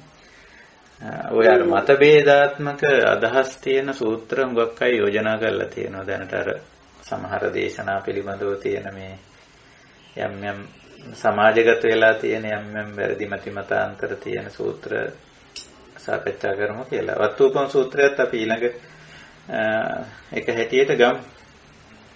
හොඳයි ස්වාමීන් වහන්සේ. බොහොම පිං තිරුවන් සරණයි. ස්වාමීන් වහන්සේ මේ අද දේශනාව ගැන පොඩි ප්‍රශ්නයක් අහන්න පුළුවන්ද? පුළුවන්. ඒක තමයි කතා කරමු. ඔව් මේ දැන් මේ වාසේ සඳහන් කරා මේ රහත් බවට පත්වන කෙනෙකුගේ සියලුම ඉන්ධන හිඳී යනවා. ඒ නිසා එයාට තවත් කළ යුතු දෙයක් නැහැ. මේ යා ඊට පස්සේ ක්‍රියාත්මක වෙන්නේ ඔය මේ කරුණාව මෛත්‍රී එහෙම නැත්නම් ඔය සත්‍යයක් මෛත්‍රී කරුණාව ඒ පදනම් කරගෙන තමයි යා ක්‍රියාත්මක වෙන්නේ කියලා. දැන් අපිට ඔය සමහර තැන්වලදී සඳහන් වෙනව නේද රහතන් වහන්සේලා සමහර රහතන් වහන්සේලා රහත් වෙච්ච මොහොතේම බුදුහාමුදුරන්ගෙන් අවසර ඉල්ලනවා පිරිනිවන් පාන්න. ඔව්. එතකොට ඒ අය අර ඔය මෛත්‍රී කරුණා ඒ සමාපatti වලටපත් නොවීද එහෙම සිද්ධ වෙන්නේ මොකද්ද ඒක අපි කොහොමද ඒක තේරුම් ගන්නේ? ඔව් ඇත්ත වශයෙන්ම ඔව්. ඒකට තමන්ගේ කය පවත්ව ගන්නවත් අවශ්‍යතාවයක් නැහැනේ. ඇත්තටම ගැඹුරින් බැලුවම ඒ කය පිළිබඳව ආයු සංස්කාරයේ පව අතාරින්න පුළුවන් ඒ කය මනස දෙක තව දුරටත් පවත්වන්නේ මොකටද? ගැඹුරින් බැලුවොත් ඒක අවශ්‍යතාවයක් නැහැනේ. දැන් ඒ කතං කරණීයං නාපරං ඉත්තත්තායාති පජානාති කතකිච්චෝ කියන වචනේ යෙදিলা තියෙන එකනේ. කෘත්‍ය කළා වැඩේ ඉවරයි. දැන් වැඩේ ඉවර. දැන් සමහර වැඩ බලන්න වැඩ ඉවරුනාම ඒ ටූල් එකෙන් මෙවලෙන්වත් වැඩක් නැහැ නේ. ඊට පස්සේ වැඩේ ඉවරයි. ඒකත් ඉතින් කුණු කොට දාලා නිකන් ඉන්නවනේ. ඒ වගේ වැඩක් නෙමෙයි. වැඩේ අවසන් වුණාම මේ කය මනස දෙක පවත්වන්නත් ඕනේ නැහැ. ඒක නිසා ඉතින් සමු ගැනීමක් වගේ දෙයක් නිසා අර තමන්ගේ ශාස්ත්‍රවරයා ඉදිරියේ පෙනී හිටලා මේ මගේ වැඩ ඉවරයි. මගේ වැඩ සම්පූර්ණ කරගත්තා. මම එහෙනම් මේ අර නිකන් පොඩි නිකන් ගුරුවරයාගේ ගුරු ගෞරවයක් වගේ දෙයක් හැටියට කරන දෙයක් මිසක ඒකත් ඉතින් ඒකෙත් අවශ්‍යතාවයක් නැහැ බැලුවම් බුදුරජාණන් වහන්සේ ළඟට ඇවිල්ලා ආයු සංස්කාරය අතාරිනවයි කියන්නේ කීමේ අවශ්‍යතාවයක් පවා ගැඹුරෙන් බැලුවොත් නැහැ. ඔය ඉන්න තැනක ඉඳන් ඒක ඉවර අතහැරලා දාන්න පුළුවන්. කය මනස එක පවත්වන්න තියෙන ක්‍රියාකාරකම් ටික අතහැරීමනේ ඔය ආයු සංස්කාරය අත්හරිනවා කියලා කියන්නේ. නැත්නම් පිරිනම් පාන අවසර ගන්නවා කියලානේ ඔක සාමාන්‍ය විවාහාරේ ලියලා තියෙන්නේ.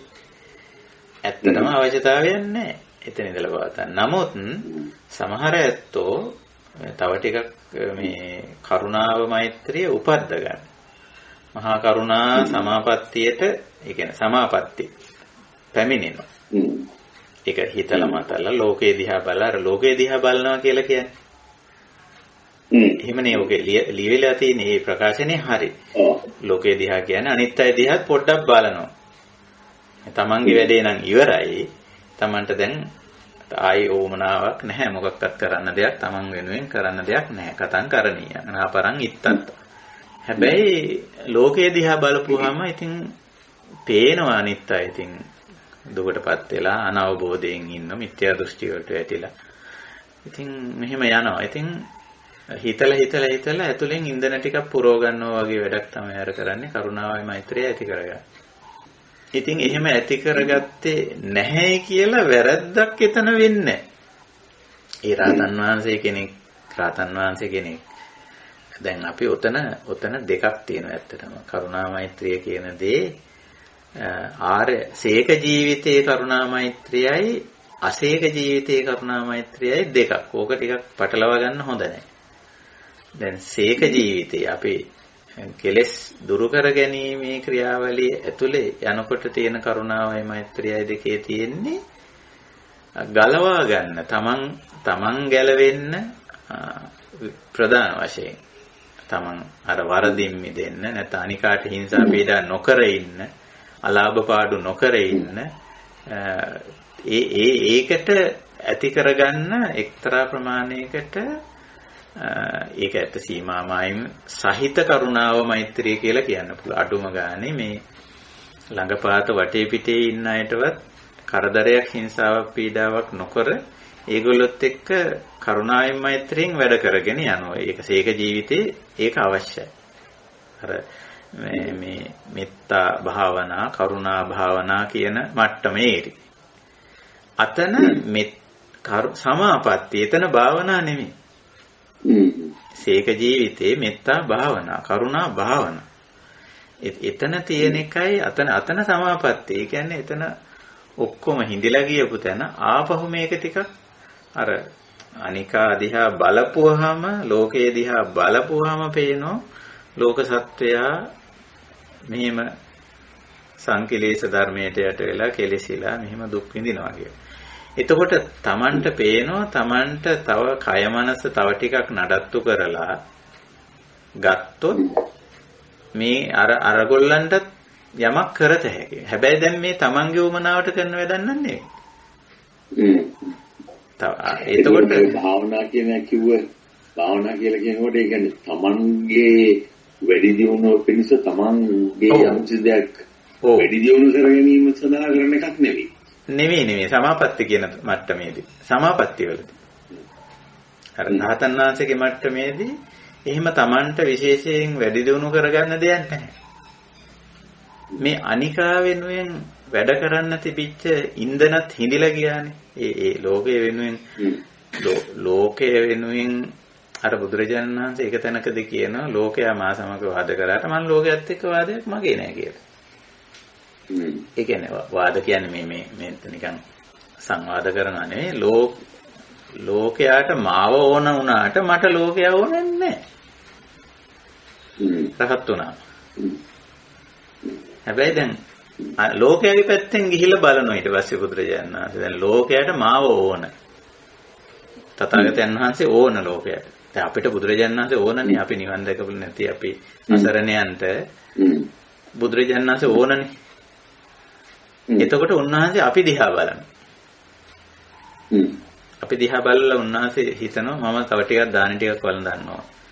වතුර ටිකක් නාලා කය ඩිංග කෙලින් කරගෙන තියාගත්තොත් මට පුළුවන් ඇවිදලා මේ අසරණයන්ට පිහිට වෙන්න. ඒ කරුණාවට එනවා සමාපatti කියන්නේ ඒකයි. ඒ කරුණාවට එනවා. කරුණාවටපත් වෙනවා. ඒ කරුණාව ලෝකයාගේ ඒකට මහා කරුණාව කියලා අපි කියනවා. සීමා මායින් නැති කරුණාව කියලා. ඉතින් එතෙන්ට ඇවිල්ලා වැඩ කරනවා. හැබැයි රහත් වෙනකොට අර ඔක්කොම හිඳිලා යන එකම තමයි සියලු උනන්දුකාරක සියලු උත්තේජක සියලු අපේක්ෂා ප්‍රාර්ථනා බලාපොරොත්තු ඔක්කොම හිඳිලා යනවා. ඉතින් එහෙම කෙනෙකු වැඩ කරන්නේ කොහොමදනේ? ඉන්ධන නැති මේ වාහනයක් කොහොමද ස්ටාර්ට් කරන්නේ? ඒ වගේ වැඩක් නෙන්නේ. එහෙනම් ඒකයි මහා කරුණා සමාපatti. කරුණා භාවනා එක, කරුණා සමාපatti තව එක. රහත් මට්ටමේදී කරුණා භාවනාවක්, මෙත්තා භාවනාවක් නැහැ. සමාපත්තිය තියෙන. මහා කරුණා සමාපatti. මහා මෙත්තා සමාපatti. ඒකයි. එතකොට සම්මාස අනිත් බ්‍රහ්ම විහරණ දෙක නිකකින් මෙතන ඒව ඉතින් මොදිතා උපේක්ෂානේ ඒව ඉතින් ඒවයි ඒ කියන්නේ මනස කොහොමද ඒ කියන්නේ යමක් සිද්ධ වෙන ඕනම දෙයක් සම්බන්ධයෙන් පුද්ගලයෙක්ගේ දියුණුව දැන් බුදුරජාණන් වහන්සේ මහා කරුණාවෙන් මහා මෙත්තාවෙන් වැඩ කරලා ප්‍රතිඵල ගත්තනේ අනිත් අය ඒ කැපවීම නිසා ඒ වුණාට උන්වහන්සේට ඒක විශේෂත්වයක් නැහැ. ප්‍රතිඵල ගත්තයි කියලා හෝ නොගත්තයි කියලා. දේවදත්ත ගත්තා වෙන්න පුළුවන්. දේවදත්තත් එක්ක මහාන වෙච්ච අනිත් කුමාරවරු දිහා බැලුවම ඔය ශාක්‍ය කුමාරවරු මේ විශාල ප්‍රමාණයක් ආනන්ද හාමුදුරුවෝ, බුද්ධ හාමුදුරුවෝ වගේ ඔය අපි දන්න කියන ඇත්ත බැලුවොත් ඔය දේවදත්ත ඔක්කොමලා එක කණ්ඩායමනේ. එතකොට දැන් මේ කට්ටියක් ගත්තේ නැහැ. නේද? බුදුරජාණන් වහන්සේට ඒක අමුත්තක් නැහැ. ගත්ත අය ගැන මොදිතා නොගත් අය ගැන උපේක්ෂා. ඒ කියන්නේ මොකද හේතුඵල ධර්මානුකූලව මේක වැටහෙනෝනේ. මේ අය ගන්න හේතුව මේ අය නොගන්න හේතුව. ඉතින් ඒක බුදුරජාණන් වහන්සේ ගත්ත අය ඒක තමන්ගේ දක්ෂකම කියලාවත් නොගත් අය තමන්ගේ දුර්වලකම ඒ කියන්නේ බුදුරජාණන් වහන්සේගේ දක්ෂකමක්ය අදක්ෂකමක්ය කියලා එහෙම ගන්න නැහැ මේක. ඒකයි අපිට නිතරම එහෙම උදව්වක් කරුවාම මේ මිනිස්සෙකින් ප්‍රයෝජනයක් ගන්න නැත්නම් අපිට නිකන් පොඩි කනගාටුවකුත් ඇති වෙනවානේ. ඔව්. එහෙම ගන්නෑ. එහෙම ගන්න උපේක්ෂා කියලා කියන්නේ ඒක. ඉතින් ඒක හේතුඵල ධර්මතාවය අනුව එයාට ගන්න බැරි වුණා. ගන්න දන්නේ නැහැ. ගන්න ඕනේ නැහැ. මොන හරි තියෙන්න පුළුවන්. දන්නේ නැහැ හෝ ගන්නෙ නැහැ හෝ ඕනේ නැහැ හෝ ඒ තුනේ ඉතින්.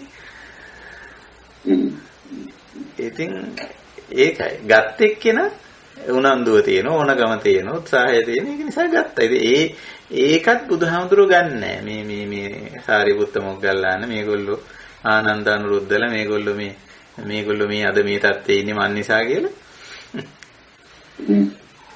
එහෙම එකක් නෑ. එතකොට ඔය බුදුරජාණන් වහන්සේගේ ඔය කරුණා සමාපත්තිය කියන එක අනිත් රහතන් වහන්සේලා සම්බන්ධයෙන් අපිට පාවිච්චි කරන්න පුළුවන් දේ වචනේ. ඔව් ඒගොල්ලෝ වැඩ කරා නම් එහෙම දැන් මොග්ගල්ලාන හාමුදුරුවෝ ආරියුත් හාමුදුරන්ගෙත් ඒක එහෙමම තිබිලා තියෙනවා. දැන් අඤ්ඤා කොණ්ඩඤ්ඤ හාමුදුරන්ගේ නෑනේ වචනයක්වත් කියලා නෑ. ඒ කියන්නේ උන්වහන්සේත් ඒ පිරිසිදු තැනට ඒ නිකලස් තැනට ඇවිල්ලා නිරෝධයටපත් වෙලා නිබ්බාණයටපත් වුණානේ. ඉන්දන සිදී ගියා. ඉතින් උන්වහන්සේ අර හිටියද කියලා වාර්තා වෙන්නෙත් නැහැ. හිටිය කොච්චර කාලයක් හිටියද කියලා කොහොමනම හරිම නිශ්ශබ්දව මේ ඉතින් ඉඳලා තියෙනවා. ඉතින් එහෙම මේ සමහර විට කය මනස ටික කාලයක් නඩත්තු කරලා තියෙනවා. නමුත් මේ ලෝක සත්‍යය කෙරෙහි කැපවීමක් කර බවට එහෙම කරන්නේ. දැන් මොග්ගලන් හාමුදුරුවනේ බුදුහාමුදුරුවෝ ළඟටම ඉඳපු එක්කෙනා ජීවිතේ නැති වෙනකම්ම කරානේ මේක. ඒ කියන්නේ ජීවිතේ අභියෝගයට ලක් වෙලා අන්තිමට මේ මරණයටපත් වෙන්නේ මේ ජීවිත තර්ජනයක් ඇවිල්ලානේ. ජීවිතය පිළිබඳ ආසාවම අතහැරලා දාලා මේක කරා. ඉතින් ජීවිතේ කොහොමදත් ආසාවක් නැහැනේ රහතන් වහන්සේලා. ඒකම සෝයන්වහන්සේ රහතන් වහන්සේලා සම්බන්ධයෙන් සමාජලාට කියවන වෙනවා නේද? ditta dhamma sukha vihara කියන.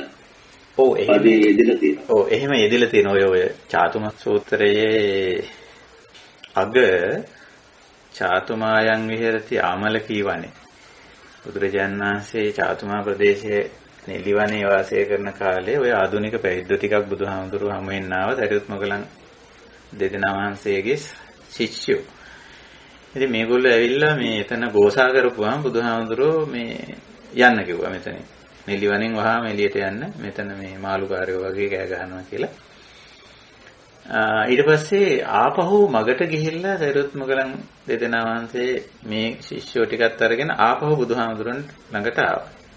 බුදුහාමුදුර ළඟට ආවම බුදුහාමුදුරෝ මේගොල්ලන්ට අවවාද කරලා ප්‍රශ්නයක් ඇහුවා දරියුත් මොගලන් දෙදෙනා වහන්සේගෙන්. එකම ප්‍රශ්නේ. මම ඕගොල්ලෝ එලවලා දැම්මම සාරිපුත්ත මොකද හේතුනේ කියලා ඇහුවා.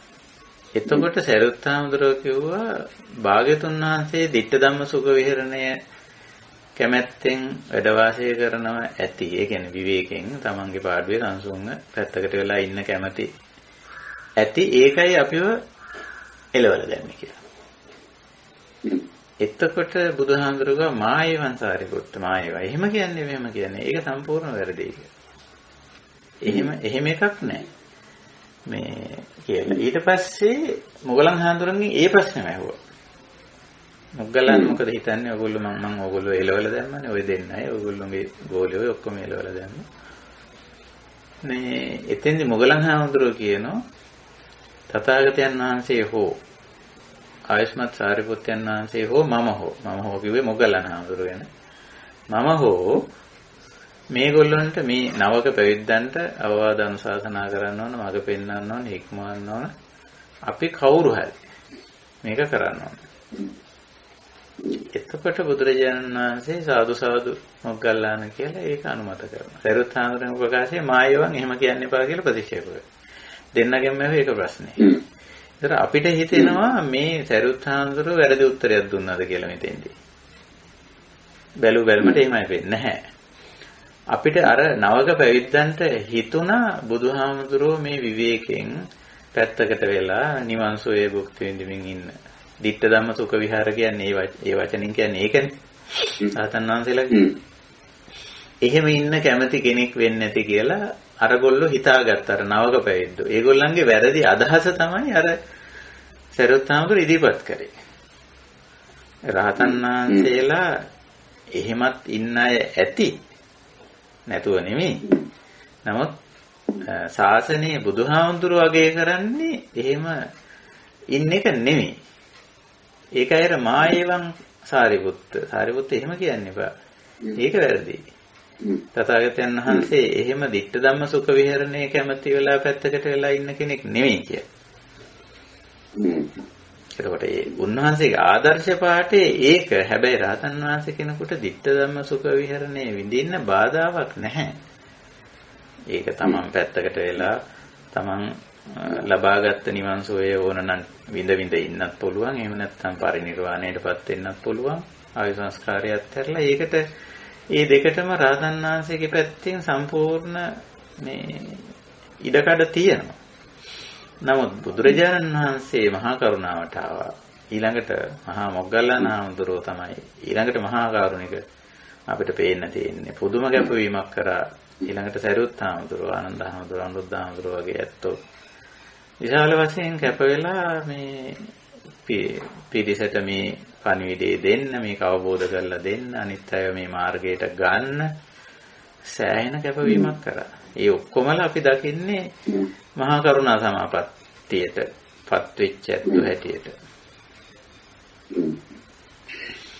ඒතකොට දැන් හිතන්නේ මේ මොග්ගල්ලාන ස්වාමීන් වහන්සේගේ ඒ උත්තරේ තියෙන්නේ මේ ditta ධම්ම සුඛ විහරණය නිසා නෙවෙයි බුදුහාමුදුරුවෝ එළවලා දැම්මේ මේගොල්ලන්ට යම් කිසි විදියක මේ මොනවාරි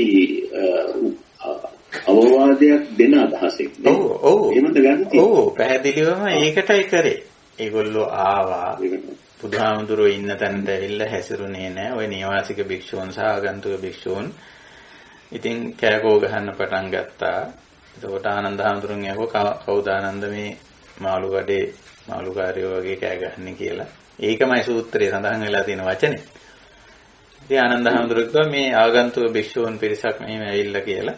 නවක පැවිද්දෝ කියලා කියන්නේ ඒගොල්ලෝ. මේ ඉතින් නවක භාවයේ නිසා ඒක. නමුත් මේගොල්ලෝ හික්මවීමේ බුදුහාමුදුරන්ගේ තියෙන හික්මවීමේ එක එක ක්‍රම. දැන් සරියුත් මොගලන් දෙදෙනා වහන්සේත් එක්කම පිටමන් කෙරුවම ඒක හරි කම්පනීය සිද්ධියක්. දැන් උන්වහන්සේලාට ඉන්න කියලා එහෙමනම් මේ නවක පැවිද්දෝ කෑකෝ ගහපු අය විතරක් යවන්න තිබ්බනේ. ඒවෙ නැතුව ඒ දෙදෙනා වහන්සේත් එක්කම පිටමන් කරා නෙලිවණෙන් එළියට යන්න කිව්වා. කිව්වම ඒක ටිකක් අර නවක පැවිද්දන්ට ලොකු කම්පනීය සිද්ධියක් වෙන්නේ නැති. ඇයි අපි අපිට මෙහෙම වුනේ? ඉතින් අපි එහෙනම් ආපහු ගිහිල්ලා අහමු ඇයි අපිව පිටමන් කෙරුවේ කියලා. කලින් බුදුහාමුදුරු ඉස්සරහට යන්නවත් උනේ නැහනේ. ආනන්ද හාමුදුරුවෝ ලව පණිවිඩේ යවලම පිටමන් කෙරුවා යන්න කියලා. පස්සේ මගක් ගිහිල්ලා දරුවොත් මුගලන් දෙදෙනා වහන්සේ ඒක තමයි මේ කෙනෙක්ගේ අවබෝධයටපත් කරලා හික්මවන ක්‍රමවේදයනේ. තමන්ගේ අතින් වැරද්දක් සිද්ධ වුණා.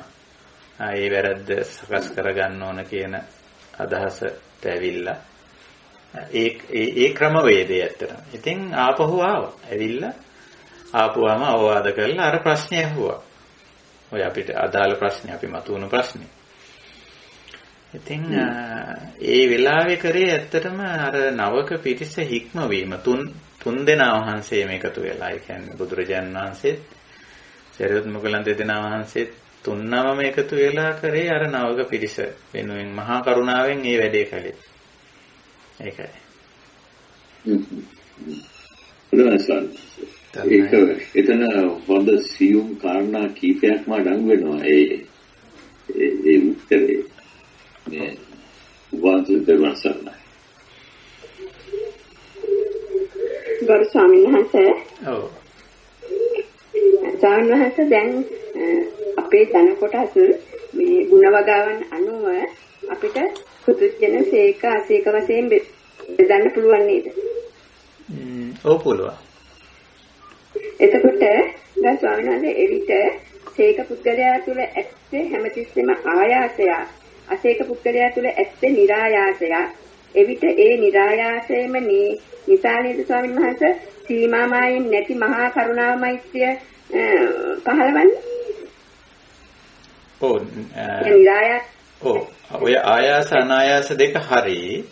ඒ નિરાයාසය තුල තියෙන්නේ નિરાයාසය තුල හුඟක් වෙලාවට ඔය මුදිතා උපේක්ෂා ඒක තියෙනවා. කරුණා මෛත්‍රිය කියන එක ඇත්තටම කරුණාවේ මෛත්‍රියේ තියෙන එක්තරා ප්‍රමාණයකට සක්‍රීය ගතියක්. ඒ කියන්නේ ජව ගතියක් තියෙන්නේ. අපි ඒවා ඇත්තටම හඳුන්වන්නේ හතරම වැටෙන්නේ ඉමෝෂනල් පැත්තට, හැඟීම් පැත්තට වැටෙන්නේ. එතකොට දැන් අර අසේක මට්ටමේදී පුද්ගලයාගේ අර හැඟීම් පැත්ත නැත්තම් උත්තේජක ගතිය අඩු වෙලා තියෙන නිසා ඒක උපදවා ගැනීමක් මේ කරන්නේ. උපදවා ගත්තම එයත් ජව සම්පන්න වෙනවා දැන් වැඩ කරන්නේ බවටපත් වෙනවා. එතකොට දැන් සීක මට්ටමේදී තියෙන ආයාසය මොකද්ද? ඇත්තටම සීක මට්ටමේදී ආයාසය අර සතර අපි දැන් කතා කරපු සම්මා වායාමයේ තියෙන කාරණේ. ඒ කියන්නේ නූපන් අකුසල් නූපදවන්නත්, උපන් අකුසල් ගෙවන්නත්, නූපන් කුසල් උපදවන්නත්, උපන් කුසල් වඩන්නත්. දැන් අසීක මට්ටමේදී ඔය ඔහොම එකක් ඕනේ නැහනේ. දැන් තව කුසල් වඩන්න තියෙනවද රහතන් වහන්සේට? නැහැනේ. ඔව් අකුසල් ගෙවන්න තියෙනවද? ඒත් නැහැනේ. එහෙනම් එවැනි ආයාසයක් තියෙන්නේ සීක තුල. අසීක තුල එවැනි ආයාසයක් එවැනි උනන්දුවක් නැහැ. එහෙම කරන්න දෙයක් නැහැ යාර. හැබැයි නැවතත් ආයාසයක් ඕන කරනවා යාර. යම්කිසි අභ්‍යන්තරික පෙළඹවීමක් ඕන කරනවා. එතෙන්දි කරන්නේ ලෝක සත්‍යය කෙරෙහි ලෝකයේ දිහා බලනවා. බලපුවහම පේන්න පටන් ගන්නවා මෙතන ඉන්නවා උදව් උපකාර ලැබිය යුත්තෝ. අර බුදුරජාණන් වහන්සේ අර අරිය පරියේෂණ සූත්‍රයේදී ලස්සන උපමාවක් කිව්වනේ. අර Taman ලෝකයේ දිහා බලපුවම Tamanට පෙනුනයි විලක නෙළුම් වල අර මට්ටම් හතරක් කියලා කිව්වේ. මඩේම තියෙන නෙළුම්. මඩ යට. ඊට පස්සේ මඩෙන් තව ටිකක් මෝරලා මඩෙන් උඩට ඇවිල්ලා තියෙන ඒවා. වතුරට ඇවිල්ලා තියෙන ඒවා. වතුරෙන් උඩට ඇවිල්ලා පිපෙන්න සූදානමින් තියෙනවා වගේ. ඔය එක එක මට්ටම් වල මිනිස්සු ඉන්නවා කියලා දැක්කා. ඉතින් දැකලා ඉස්සර වෙලාවම තෝරගත්තේ අර උඩටම ආපු නෙළුම් වගේ අර පංචවක් කියලා තෝරගත්තේ ඒකනේ. ඉතින් එහෙම හැබැයි ඒගොල්ලන්ට මේක කිව්වම ටක් ගාලා පිපෙනවා වගේ ඉරව වැටුනම වහා අවබෝධ වෙනවා.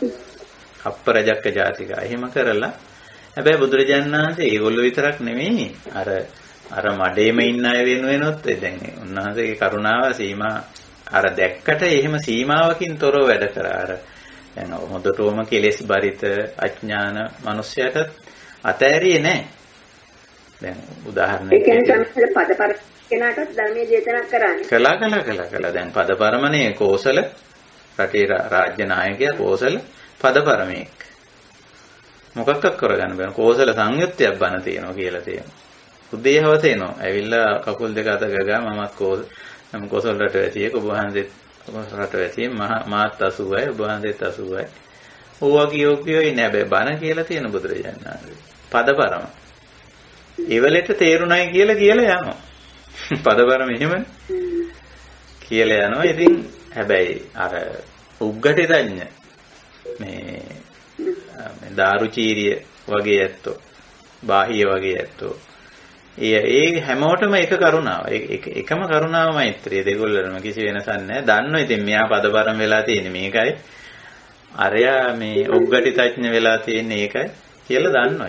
ඉතින් දන්නකොට ඉතින් ඒකේ හේතුඵල ධර්මානුකූලව දන්න කෙනාට ඔය පදපරමට මේ ගැන නොමනාප වෙන්නත් උග්ගටිතඥ ගැන මනාප වෙන්න දෙයක්වත් නැහැ. අර තමන්ගේ කාර්යය දෙගොල්ලටම කරනවා. ඈ? ස්වාමීනාත් ඒකමයි මහා කරුණාව කියන්නේ. ඒකමයි මහා කරුණාව කියන්නේ. ඔව්. හොඳයි ස්වාමීන් වහන්සේ පැහැදිලි. තෙරුවන් සරණයි. හොඳයි එහෙනම් අපි වෙනත් සාකච්ඡා නොමැතිනම් ධර්ම සාකච්ඡාව නිමා කරමු. අදත් අපි අවධානය යොමු කළේ අපේ මාතෘකාව යථාභූත ඥාන දර්ශන ඇතිතතු දැකීම. මේ ගැඹුරු ධර්ම කාරණා අවබෝධ කරගත්තම අපිට පුළුවන්කම ලැබෙනවා අපේ ධර්ම මාර්ගය හොඳින් ඉවර කරගෙන ඉදිරියට යන්නට. ඒ සඳහා කරන ප්‍රයත්නයක්. එතකොට අපි මේ දිනවල ඉදිරියෙන් තියාගෙන තියෙන්නේ සූත්‍ර.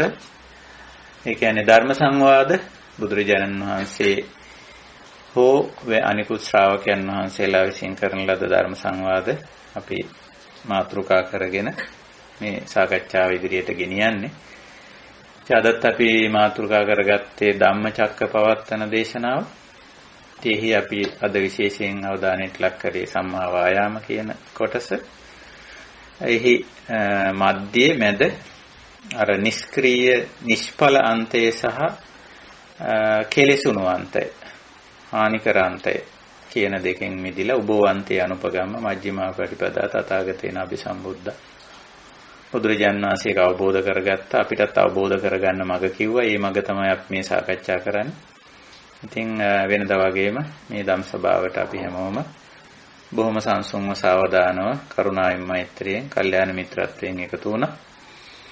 හැම දිනාටම මේ තුලින් ලබාගත් ආ ධර්ම අවබෝධය මේ ජීවිතයේදීම පරම ශාන්ත නිර්වාණ ධර්මයේ සාක්ෂාත් කිරීම පිණිසම උපකාරී වේවා, උපනිශ්‍රේ වේවා, හේතු වාසනා වේවා කියන උතුම් අධිෂ්ඨානයේ අදත් සදාම් මහමෝ නිමා කරනවා.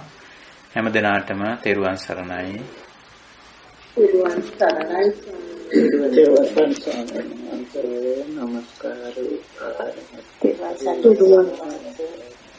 තෙරුවන් සරණයි ස්වාමීන් වහන්සේ. තෙරුවන් සරණයි ස්වාමීන් වහන්සේ. වහන්සේගේ දෙපිටවන්තං ගුණවත්. තෙරුවන් සරණයි. තෙරුවන් සරණයි.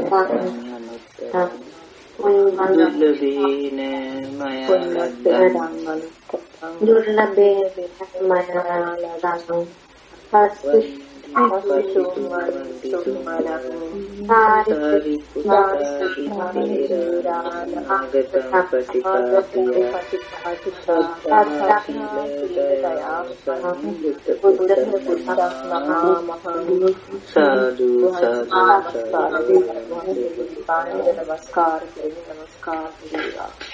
තිරුවන් සරණයි සුවපත් වේවා.